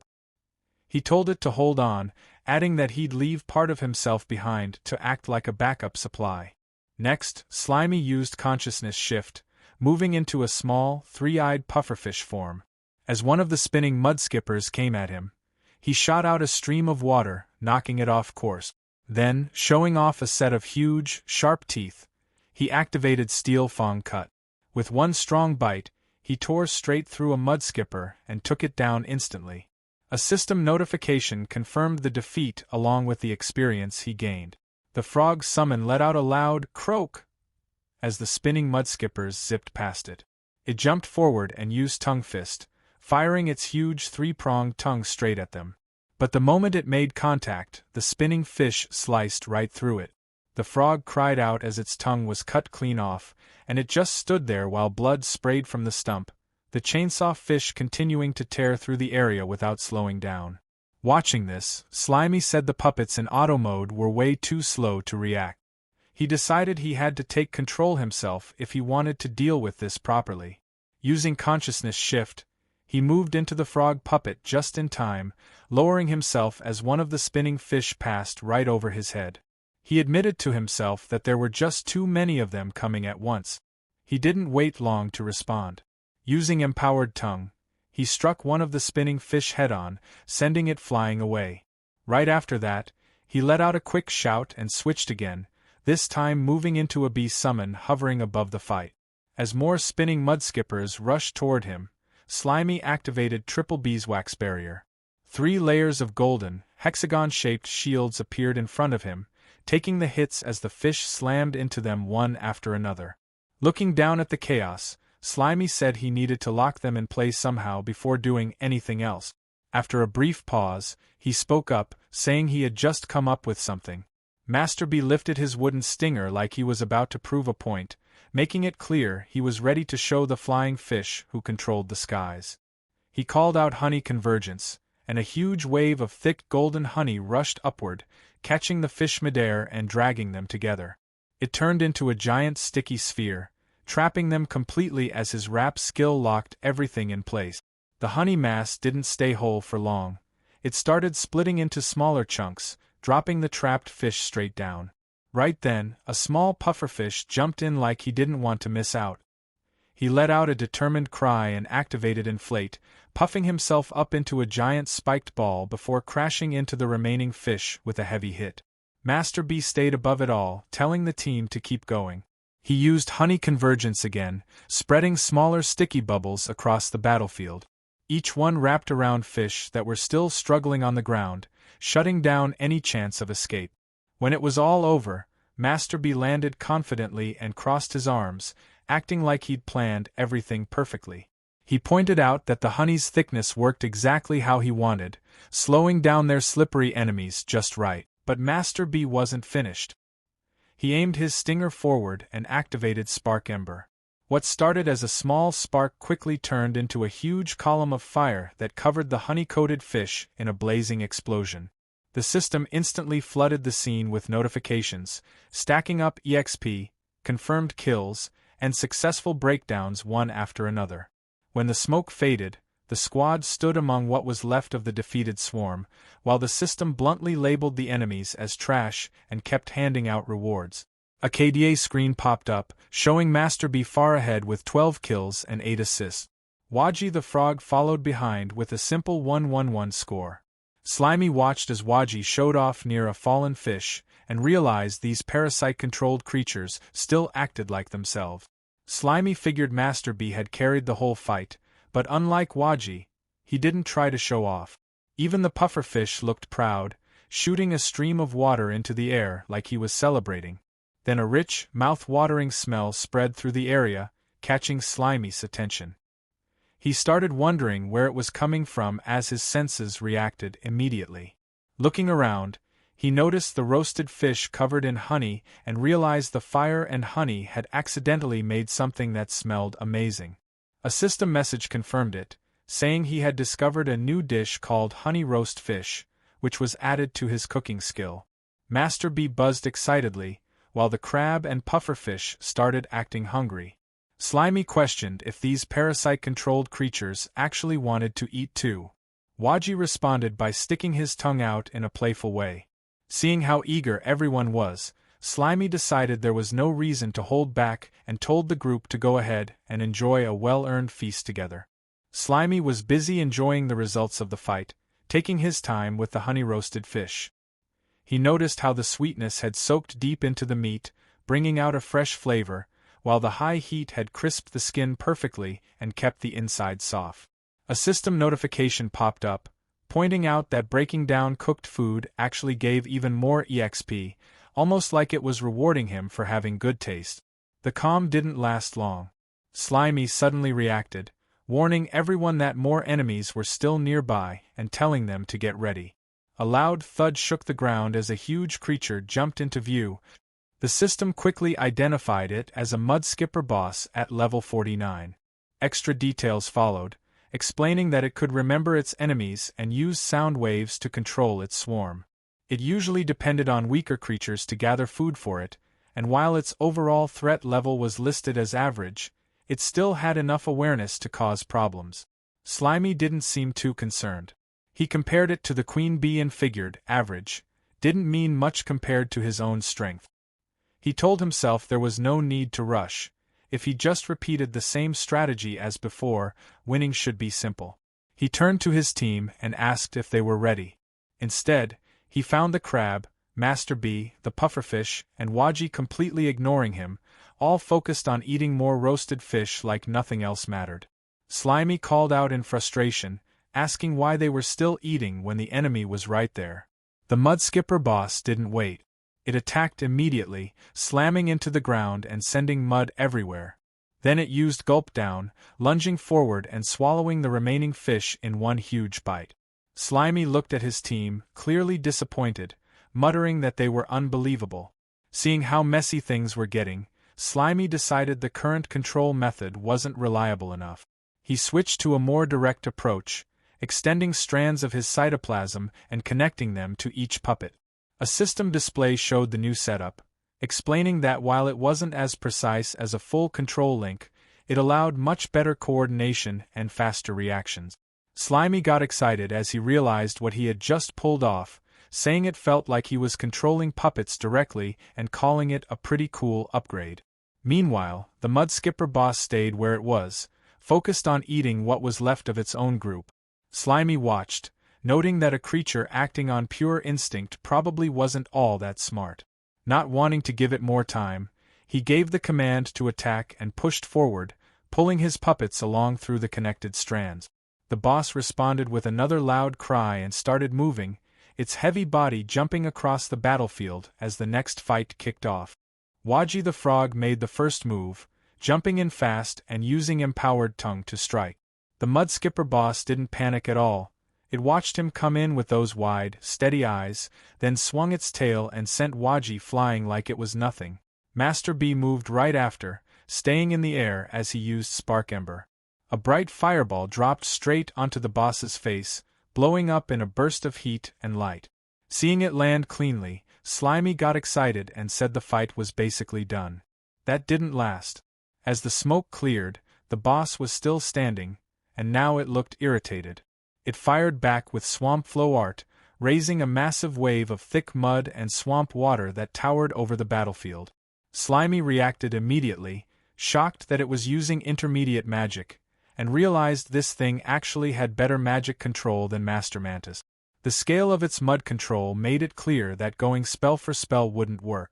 Slimy quickly switched plans, deciding the only way through that defense was to send someone in directly, even if it meant trading one fighter. He called out for Krabsuk to move. Nothing happened. The connection suddenly cut off, and Slimy noticed the broken cytoplasm strand, staring at it in confusion. He questioned how Krabsuk could just ignore orders like that. When he looked over, the crab wasn't even paying attention to the fight. It was still focused on eating the roasted fish like nothing else mattered. A system message explained what was going on. Even with the wired setup, the puppets still had an automatic mode, meaning they could act on what benefited them most unless Slimy controlled every move. And for Krabsuk, that meant eating to evolve instead of fighting. Right on cue, the crab started glowing with a strong golden light. Its body began to change as it shed its old shell, growing larger and heavier. In the middle of it all, a new form took shape, the Swamp Crab King.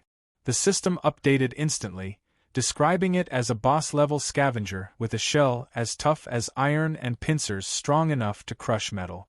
It was labeled as a medium-threat creature, known for gathering gold from the mud and storing it in its body. Slimy didn't hesitate. Seeing the upgrade, he immediately used consciousness shift and took control of the new form. Now in charge of the massive golden crab, Slimy looked down at the mud skipper boss and started talking like he had already won. He pointed out that he was now controlling a medium-threat swamp crab king, while the boss was only considered average. The size difference alone made it obvious, the crab towering over the mud skipper. Slimy clicked the giant pincers together, getting ready to finish things, and told the boss to get ready for what was coming next. The golden swamp crab king rushed forward, with Slimy fully enjoying the power of controlling a boss-level body. He drove the massive crab ahead and went in with a huge pincer strike, aiming to finish the fight in one clean move. The mud skipper boss didn't react much. It stayed calm, lifting its fin as it prepared a counter called Fin Boomerang. A glowing green blade shot through the air at high speed and cut straight through the Crab King's shell like it wasn't even there. The golden body split cleanly into two and crashed to the ground, while Slimy was thrown out, left staring at what just happened. He struggled to process it, questioning how it ended so quickly. Looking for answers, Slimy checked the system, but instead of combat details, it pulled up information from his cooking skill. A diagram explained that after a swamp crab molts, its new shell takes about 10 days to fully harden. During that time, its defense is extremely low, even though that's when it tastes the best. The guide casually described how to prepare it: coat it in flour, fry it in hot oil for a few minutes, and serve. It even mentioned that only the golden swamp crab king was safe to eat, since others carried heavy metals. Slimy paused for a second, distracted by the description, almost imagining the taste before catching himself and realizing how off-track that was. He quickly called himself out for checking cooking info in the middle of a fight. At the same time, the mud skipper boss clearly enjoyed the outcome, catching its spinning fins and getting ready to throw another round of attacks at the now exposed Slimy. The mud skipper boss reaches down and picks up its severed fins, reattaching them to its head with a wet, squelching motion. It taps them into place, lets out a cry, strikes a defiant pose, and points a finger at its opponent.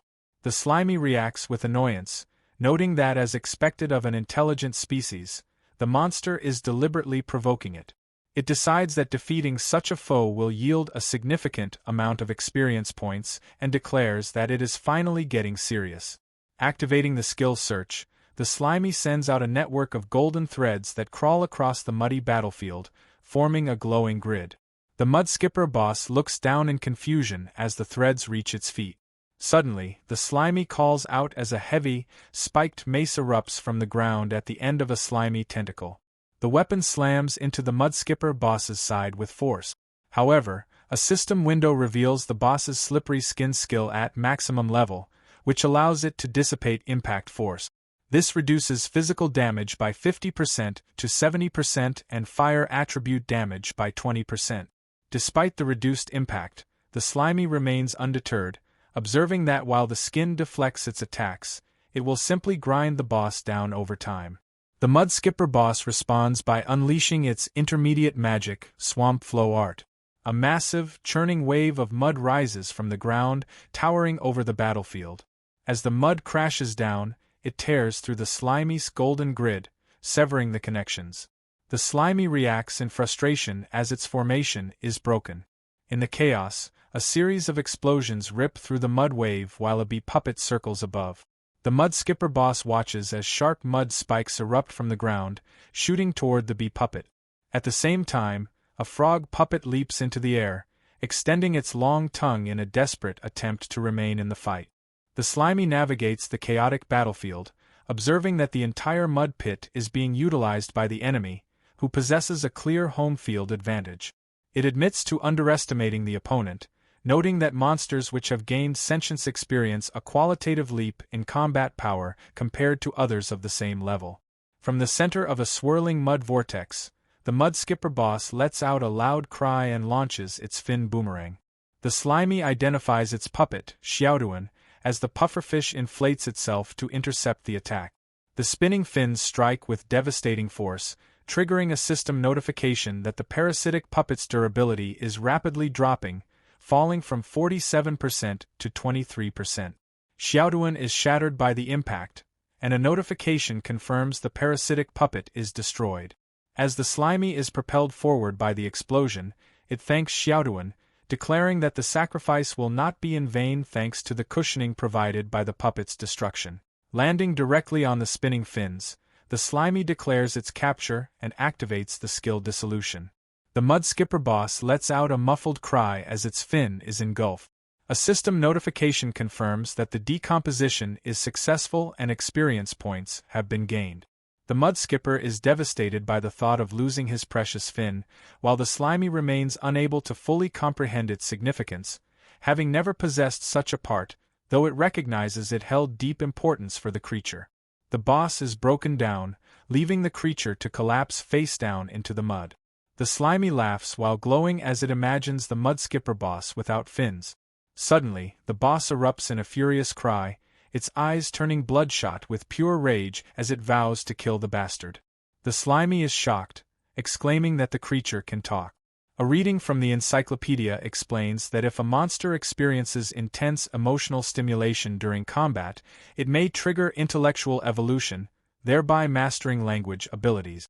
Standing amidst sharp mud spikes, the mud skipper boss activates intermediate magic, swamp flow art.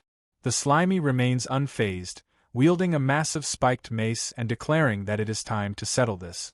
It boasts that with this move, it has even taken down a sanctified fall monster. Spinning the weapon with immense speed, the slimy unleashes its plasmatic cannon.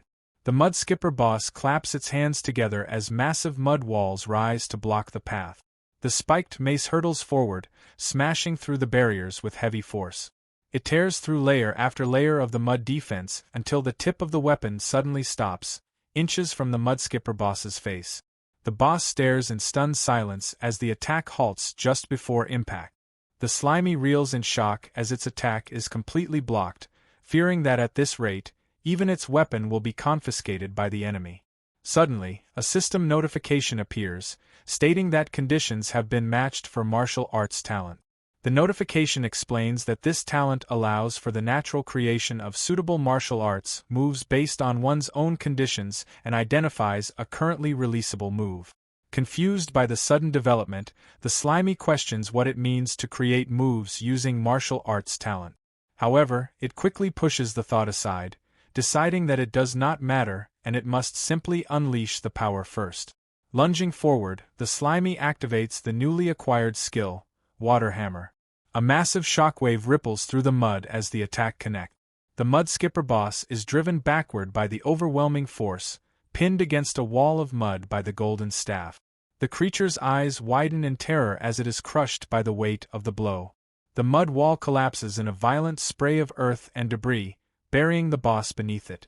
The mud skipper boss is left defeated, slumped headfirst in the mud with its legs twitching as the dust settles.